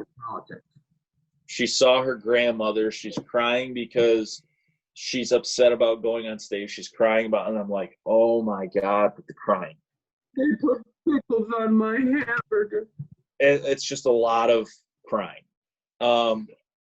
that being said, she kind of reminded me, not the crying, but her mindset of being kind of defending the underdog and being empathetic towards everyday people. She kind of reminded me of my cousin Natalie.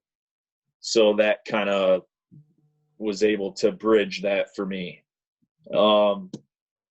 But yeah, I mean, I gained some respect for her for sure.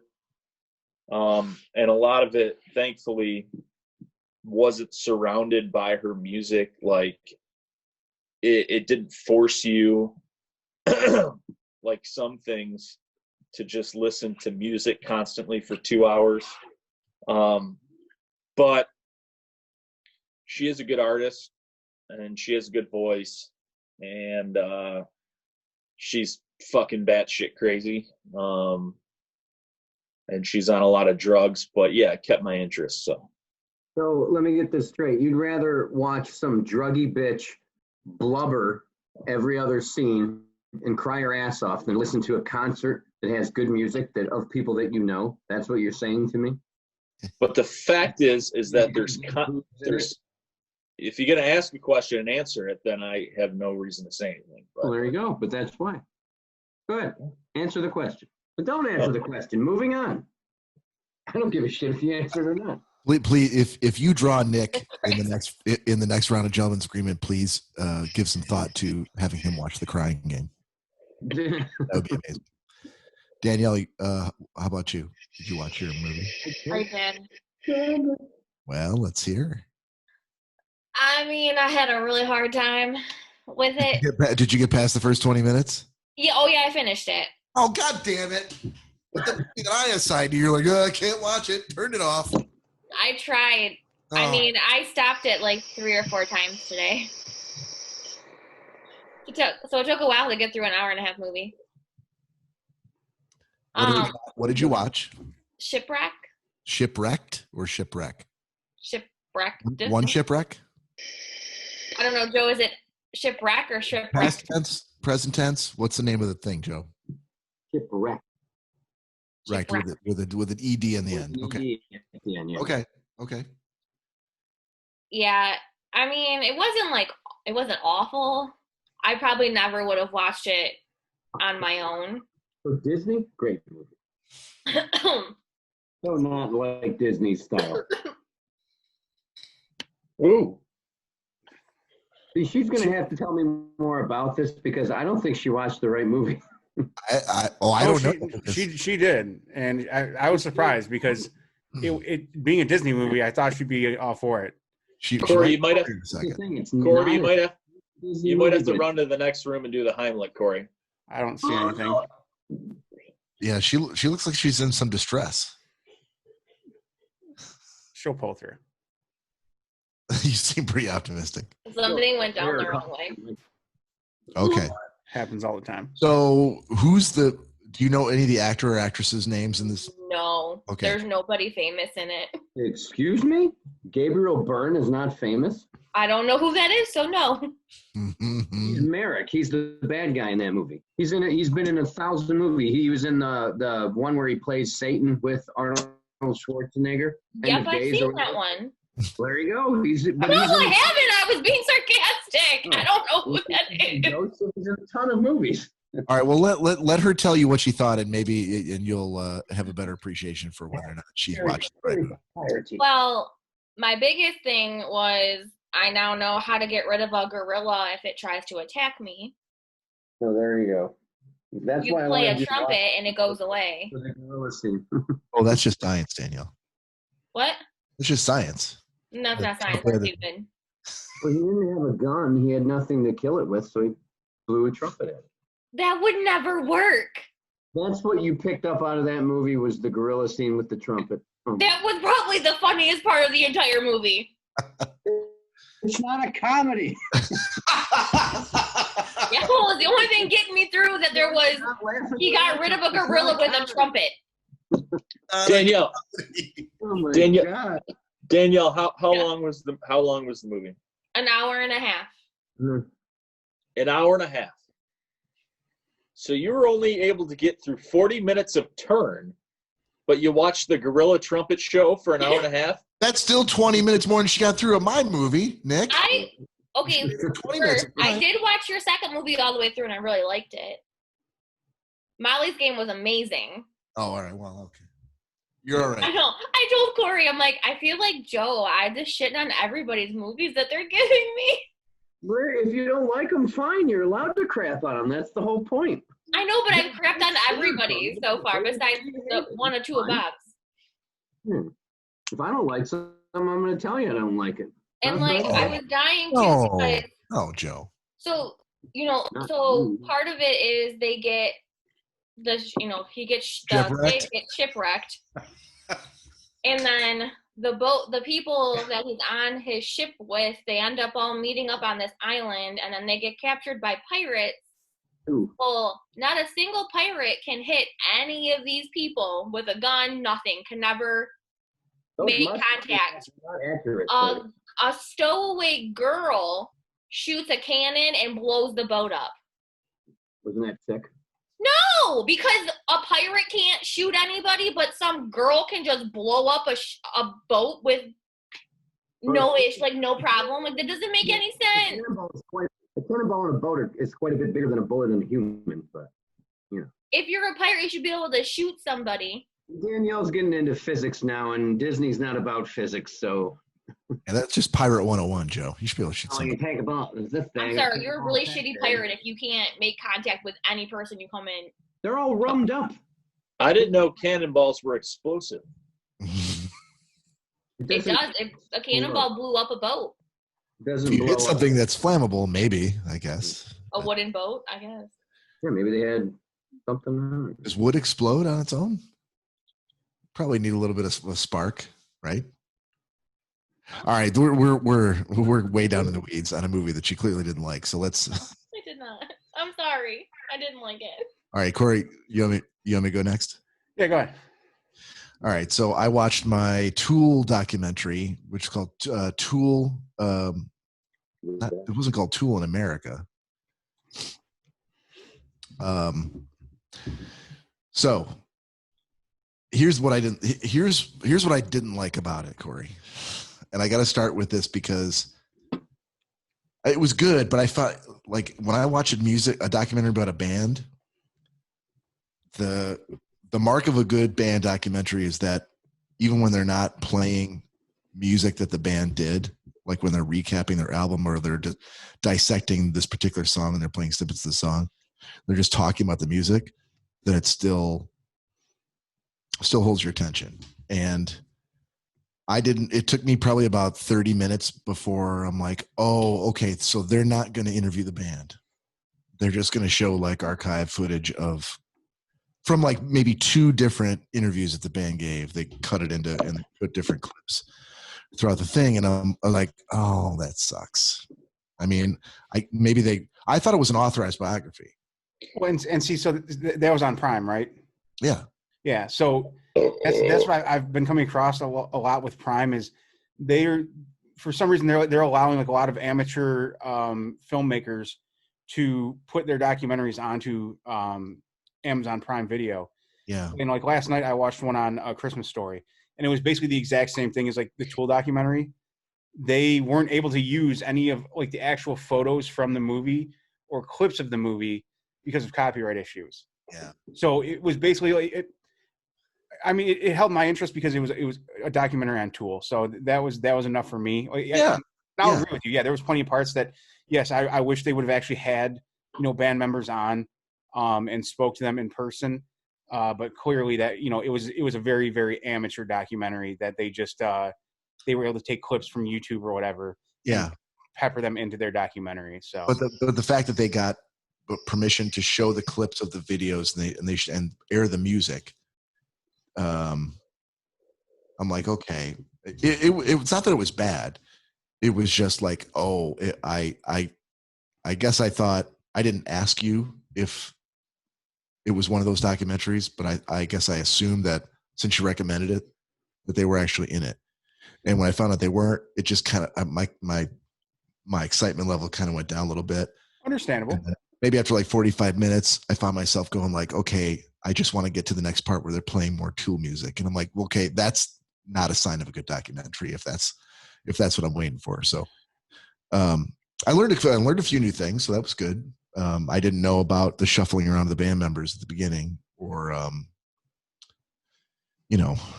there was a few different details that I didn't know about. How long it took them to make the albums.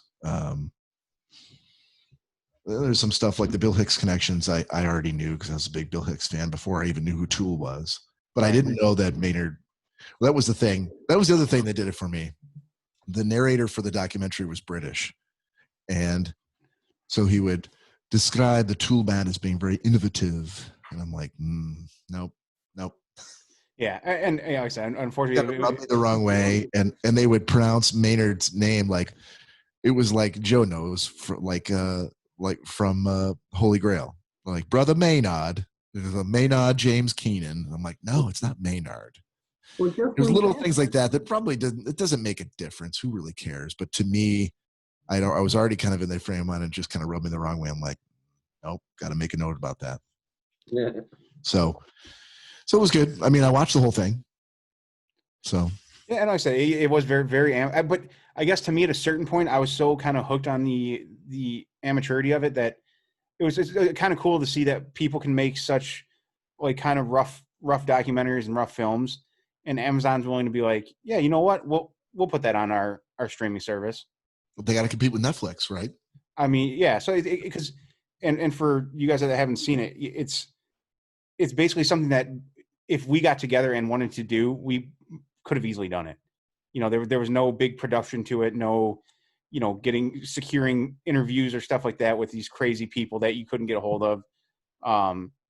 So to me, that was kind of a hook for me that actually pulled me in a little bit. Yeah, it would be like if we decided we want to make a movie and we were able to get permission to air footage of Letterkenny and talk with the people who were like the gaffer and the key grip and the lighting guy, but none of the actual people who are on camera. Right.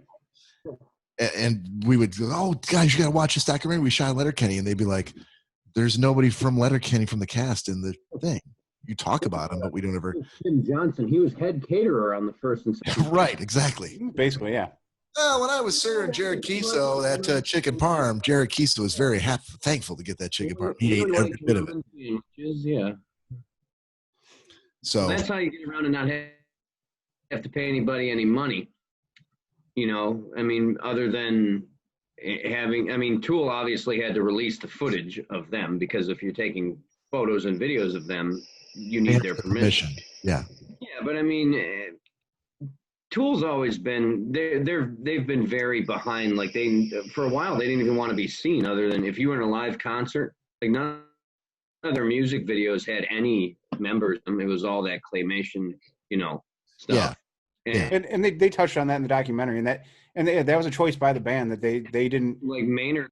They didn't want you to be focused on them and their visual image. They wanted you to be focused on the music and the trip that the music took you through. Well, dude, I've watched stuff on them, and the only people that they won the Grammy either last year or the year before for what's the new album? Fear. Binocular. Last year, yeah. And the only two guys that went up to accept the Grammy were Danny Carey, the drummer, and Justin Chancellor, the bass player. Maynard didn't go up, and Adam Jones didn't go up because they're not about there. They're like, whatever. If you guys want to accept it, go ahead. And even when Maynard sings, I listened to something. He was on Joe Rogan's podcast, and he's like, I'm always in the background. I'm in a dark area. You don't see me because that's how I feel the most expressive. Like if I'm in the front of the stage and the lights on me, he's like, I don't feel like I can be as artistic. That's why he's always in the background. He's always in the shadows, which is great when you're a musician and you're like, listen, this is how I want it done. This is how I feel comfortable. And then the people that are videotaping the concert or the sound guys or the lighting guys and all that, they're like, fine, go and do that. Because they have enough people that are willing to come and watch them for the show and not so they can come and see Maynard take center Roth roundhouse kicks or whatever the fuck. Dude. That was gross. Are you saving that specifically for when someone else is talking? We're on a roll. All right, Cory, you take your chair. You swivel it around so you are facing the camera. And now you're going to give us your review of Kill Bill Volume 2. Yeah, I want to see both. No those notes. hands. Cory. I didn't take any notes. All right. I was actually at an undisclosed location when I viewed the I really like the Bill character. He was the entire movie. Floors below sea level. No, the start of it to me was nice because it definitely reached back to Volume 1, where Volume 1 left off at with the Two Pines massacre and all that in the church. Goes back and kind of describes all that with how everything occurred. It wasn't the actual day of the wedding. They were having a dress rehearsal as opposed to just a regular rehearsal. And the introduction of Bill actually coming in and speaking with Uma outside the Bob. Okay. So you saw that. Who played the piano player in the church? I'm glad you remember that because I was going to ask that. Oh, Samuel L. Jackson. There you go. Rufus. Very well done. Okay. Yeah, so to me it was nice the way they actually, because to me it was like one of the first Tarantino movies that really kind of starts off with a recap of where they left off on the movie prior. Right. So kind of give you that rundown of everything that happened in Volume 1. And then, Bill's introduced as, her name's still not apparent at this point, but the bride's father. Right. Or I'm sorry, he called her something at the beginning. It started with an A.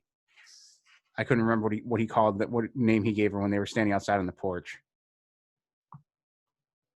Or what her name was to her husband. Kiddo. Right, but what was? It doesn't actually start with an A. It starts with another letter that's close. No, I know her actual name's Beatrix, Kiddo. But there was the husband. They only mention it once.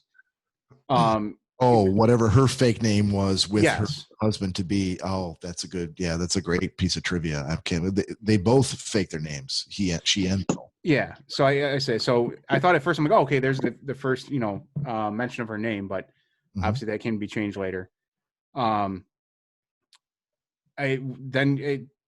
To me, like the most memorable point, skipping forward to that, was when Bill drops her off at whatever you want. I can't think of the name of the Legend of.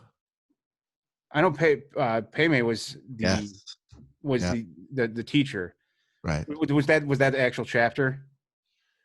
Yeah, the cruel tutelage of Pei-mei. Okay, yeah, that's right. Yeah. So then the entire scene of her training with him, I thought it was hilarious, like how just kung fu like it was, and all the zoom in, zoom out shots. Every time she would do something, he'd grab his beard and stroke it. And the second he'd go like that, you'd hear like a whipping sound. Right. So it was. I mean, in today's movie making, I think there might be an outcry from people like, "Oh, you can't do that." That's just so stereotypical. He'd still try to do it. He's doing it. I know Tarantino would. I'm just saying, if other filmmakers tried doing that, or other directors tried doing that, people would probably be up in arms, because it was very, very. If it wasn't Tarantino, you'd have a hard time getting away with that. Yeah, very stereotypical. But to me, that was absolutely hilarious. How just almost chintzy it was, but it was good directing. The one what's his name, Michael Madsen as Buddy. To me, like, once you see a character, an actor in something that you like prior, so because he was in 44 Minutes, which was a movie about the bank robbery and shootout that occurred in LA in '97, prior to you having SWAT teams and all this big kind of stuff. So seeing him as a character in that, when I saw him in Kill Bill Volume 2 as Buddy, sitting in the trailer, the first thing I thought, I'm like, oh, this is just the guy from 44 Minutes. Like, because that's just kind of how it was cemented in my head. But he plays a decent character in it. It's not a huge role, obviously. So then going forward from that, The next, I guess, memorable thing would be Beatrix and Elle having their infamous sword fight in the trailer after Buddy got bit in the face by the black mamba. The one thing that kind of stuck out to me, I'm like, why are they still in the trailer trying to fight with swords? Like, I guess the best thing would be step outside. You probably have a better sword fight, but obviously a very memorable and big scene for the movie, especially when Beatrix snatches out the eye of Elle that she was obviously taught by Pei. And that was, and I know I've seen that scene before, but seeing it again, yeah, I'm just like, oh, it was it was a little disturbing, and especially when she steps on it and squishes it. You never really think of someone stepping on an eyeball and what the actual outcome would be. But during that scene, one thing that did hit very close to home was when B grabs the coffee can of chew and tosses it in Elle's face, and it wasn't like it burned her. She was just like, ah, gross. I'm like, yeah, okay, that makes sense. I can definitely relate with that. Mm-hmm. Then moving all the way to the scene with her daughter and Bill at the house. That threw me through a bit of a loop. Didn't see that coming. Especially after it kind of left it up in the air as far as what happened after the Two Pines massacre. With her daughter, but obviously, spoiler alert, her daughter was still alive, and the whole back and forth that her and Bill go through with the basically they're trying to kill each other the entire time, but they kind of know they can't. But then with Beatrix finally pulling out the 5-finger, was it the 5-finger heart palm strike? Joe, what was it? Oh, what she killed Bill with? Well, yeah, the 5-finger. I don't remember. I mean, 5-point palm exploding heart technique. That's right. Yeah. So, and the ending of it, yeah, her doing that, and her looking at him, he's like, "Oh, how do I look?" It's like, "You look ready." And he takes his 5 steps, and that was that. So, it was it was a good movie, and definitely a good follow up to Volume 1. Like I said, it was not what Tarantino is, as far as I know, normally does with how closely everything kind of correlates and doesn't really skip around too much. Like even with Beatrix, like her training with Pei Mei and doing the whole hitting the wood, with the opponent 3 inches away, comes back with when she's buried, by Buddy in the coffin and is able to break out of it. Right. I guess to me it was for someone that's not a Tarantino fan or doesn't really know his movies. It was probably one of the easiest ones to understand and keep track with if you've seen Volume 1. Okay. So, good choice, sir. Fantastic. Do we want to shuffle up another round? I got one ready. Yeah. Okay. I don't know. Are we going to shuffle up 12, 13 times, or are we just going to fucking Joe? Shut the fuck up. Let me. Serious. Pick one time. One. All right. Oh, look at that. Okay, so here we go. Gonna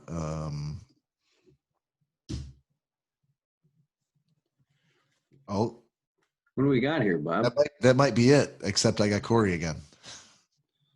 Bob, all I see is all we can see is your word stuff. Alan Ferguson, Andre Gorchov, Andy Oh, Cook. for shit's sake. Hold on. Are those social security numbers that I just got? Hold on. I see a lot of phone numbers. I screenshotted it. There we go. There we go. All right, here, I'll do it again. No, Joe got Joe, yes. Joe got Joe. That's my favorite person. Oh, leave it. Joe still gets Joe. Right. Oops. Oh, for fuck's sake. What are you doing? Bob, just out of curiosity, while you're doing this, you're pretty good with Excel, right? Yeah. There's some things I want to pass by you that if you could give me some tips on stuff that we could do for work, like with the scheduling and stuff I'd like to do in Excel. So Sure. maybe this week you can help me out on that. It would be much appreciated. No problem, buddy. Because I'm not good with Excel at all. Oh, I think I got a winner. Joe Bob, Bob Joe. Cory gets Nick. Danielle gets Cory. Nick gets Danielle. I really appreciate that shuffling. I What? really do. Why? Because it kept saying that Joe got me. I'm literally just trying to get it to like, does everybody not? No one has themselves. No. So it's all this random formula. It's just doing random numbers between 1 and 5, but there's another formula that says make sure that the numbers aren't the same. So it should be different every time, but I can't guarantee that someone's not going to get themselves. So everybody good with who they got? Yep. All right, I get you, Joe. Joe, you got me. Cory gets Nick. Danielle gets Cory, and Nick gets Danielle. Okay. So which one of you guys has a pick? Who wants to go first? Cory walked away. Joe, you got me. What do you got? Well, go full screen real quick. Or Stop. now, I have a question. Does it have to be a single movie, or can it be like a series that has more than one episode? Well, you could do a series, but I think what we've said is the total amount of time should be 2 hours or less. Okay, well, they're episodes, but you only have to watch one of them, and I think you'll actually enjoy this, Bob. Okay, what is it? You know who Joe Bob Briggs is, right? Yes. He's that kind of hillbilly guy that did the drive-in stuff, and he did Monster Vision and all that.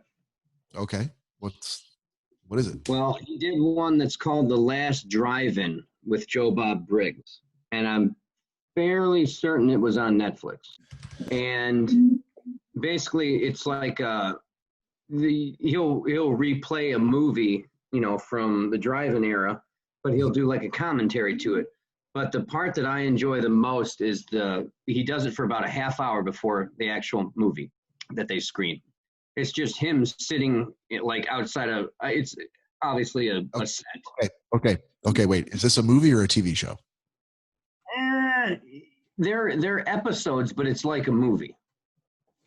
It's like a Mystery Science Theater. How long are the episodes? Oh, you know what? No, okay, they're about 2 hours long. It's just like watching a movie. Okay, so I'll watch one episode. Oh, well, there's more than one. How about this? I'll pick something different because I had another one right behind. No, I'll watch this. Joe, stop. I'll watch this. We're up against the clock. I'll watch it. You can pick anyone you want. It's called The Last Drive-In with Joe Bob Briggs. All right. If I'll watch 2 hours or less of it. That's fine. You pick any episode that you want and watch it because I really enjoy the comedic input that he does at the beginning, which is about a half hour long. He just talks about the movie and how it was filmed, and he gives like little bullet points on it and stuff like it. It's very entertaining. So okay. Sorry, are we doing a shot now? There's like 10 of them. So any episode. No, we'll finish this out. We can do one. All right, let's finish this up. Okay, Cory, you got one? Yeah, who do I have? You got Nick. I got Nick. Nick, my pick for you is going to be a documentary called Jacob. You have Amazon Prime, right? Yep. It's called Jacob on Amazon Prime. He's basically. You don't have to tell him anything about it if you don't want to. No, I'll give him a quick hold. It's okay. Make it quick. He's basically the smartest man in the world that none of us know about, and his buddy made a documentary on him. And some of the things that this guy's done and still does today are fucking phenomenal. All right. How long is it? 9 hours. I think it's like 45 minutes. All right. Danielle, you got Cory. Yeah. Have you watched? Come on, dude. I'm sorry. Have you watched the Taylor Swift documentary? You shouldn't have mentioned it. How do you not know whether he watched it or not? He would have watched it with you. Oh, wait a minute. Because after he mentioned the one about Lady Gaga, he's like, there's one about Taylor Swift. I said, I know, I watched it already. I said, I'll watch it again. But he hasn't watched it, so watch it. Oh, looks like you're going to get to watch it again. Miss Americana. Cory. What's that? You lucky dog. It's really good. I mean, I think it's really good, but I love Taylor Swift. So. She is a talent and a half right there. Corey, Yes, sir. people throw rocks at things that shine. This is true. Yeah, you know, you're about I to watch should the have given that documentary. to Nick. It's probably going to be full of things that you've heard Nick say They want to break. over the past year. I'm gonna see Nick on the documentary. Holy shit! Exactly. I should have All right. given it to him instead of Lady Gaga. All right, Nick. Danielle, you have to watch Dark. God damn it. Why do you say God damn it? Because he's been trying to get me to watch it. But you've been trying to get people to watch things you like too. I mean, maybe you'll like it. Maybe. Yeah, and I think that It's we not should Netflix, all right? Yeah, I think we should all agree that there's no watching 30 minutes of it and stopping. I haven't done that since yours. Since my other one. And my other one. You were a repeato. You were what they call a recidivist, Danielle. Yeah, I know. Repeat Okay, offender. Wait a minute. I made got a it through question. Joe's. I have a question.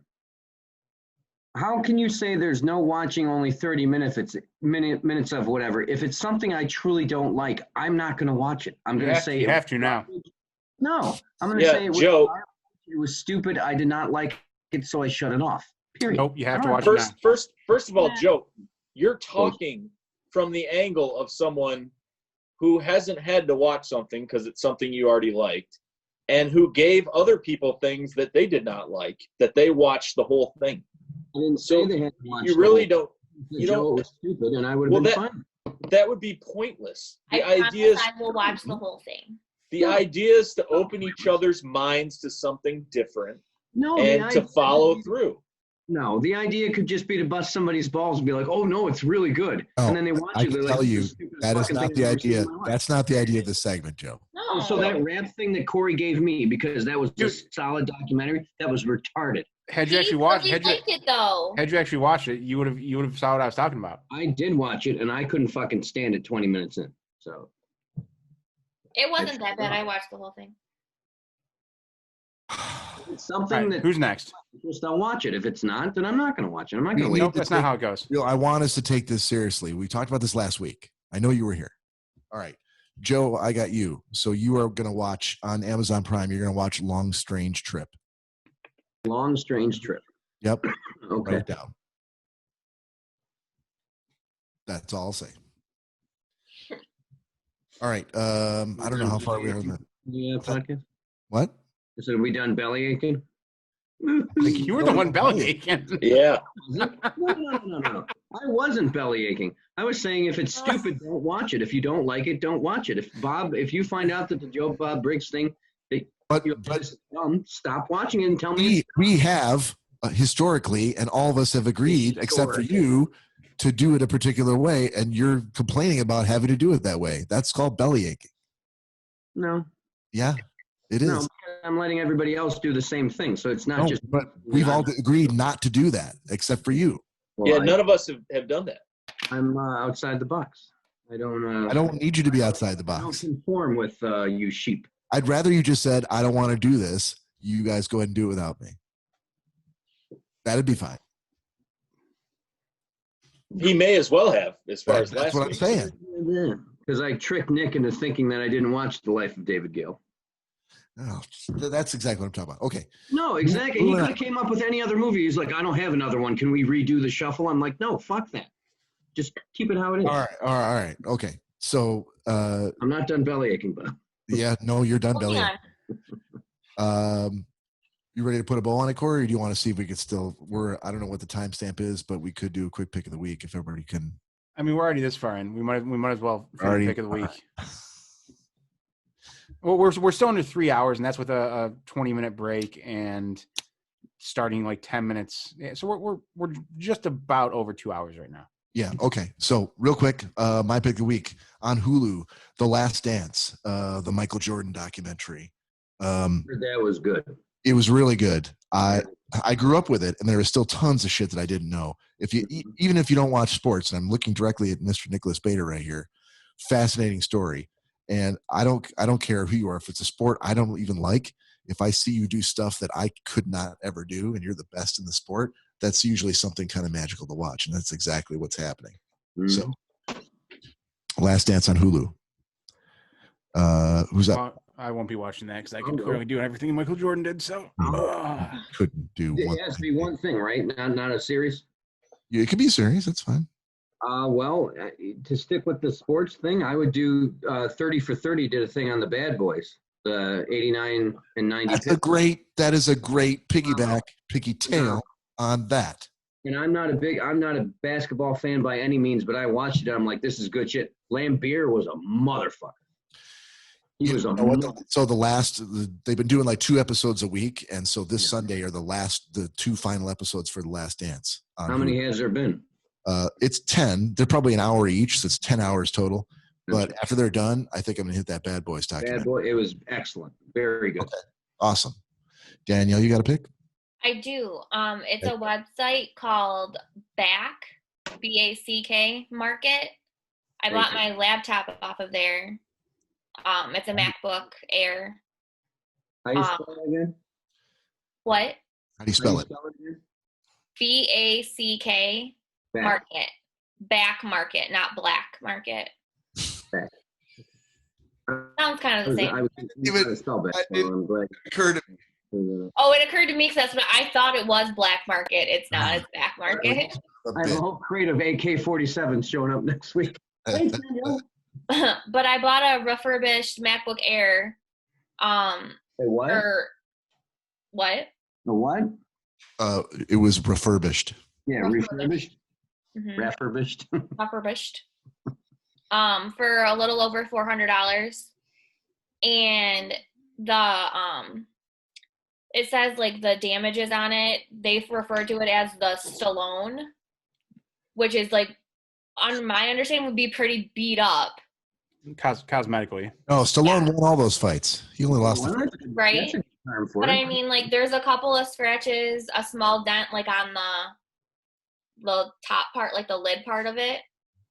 It's basically all wear that you would occur. Like normal wear and tear. Having a notebook or a laptop, anyways. And there's like a very tiny scratch up in like the right hand corner of my screen, but I can't see it unless my screen's off.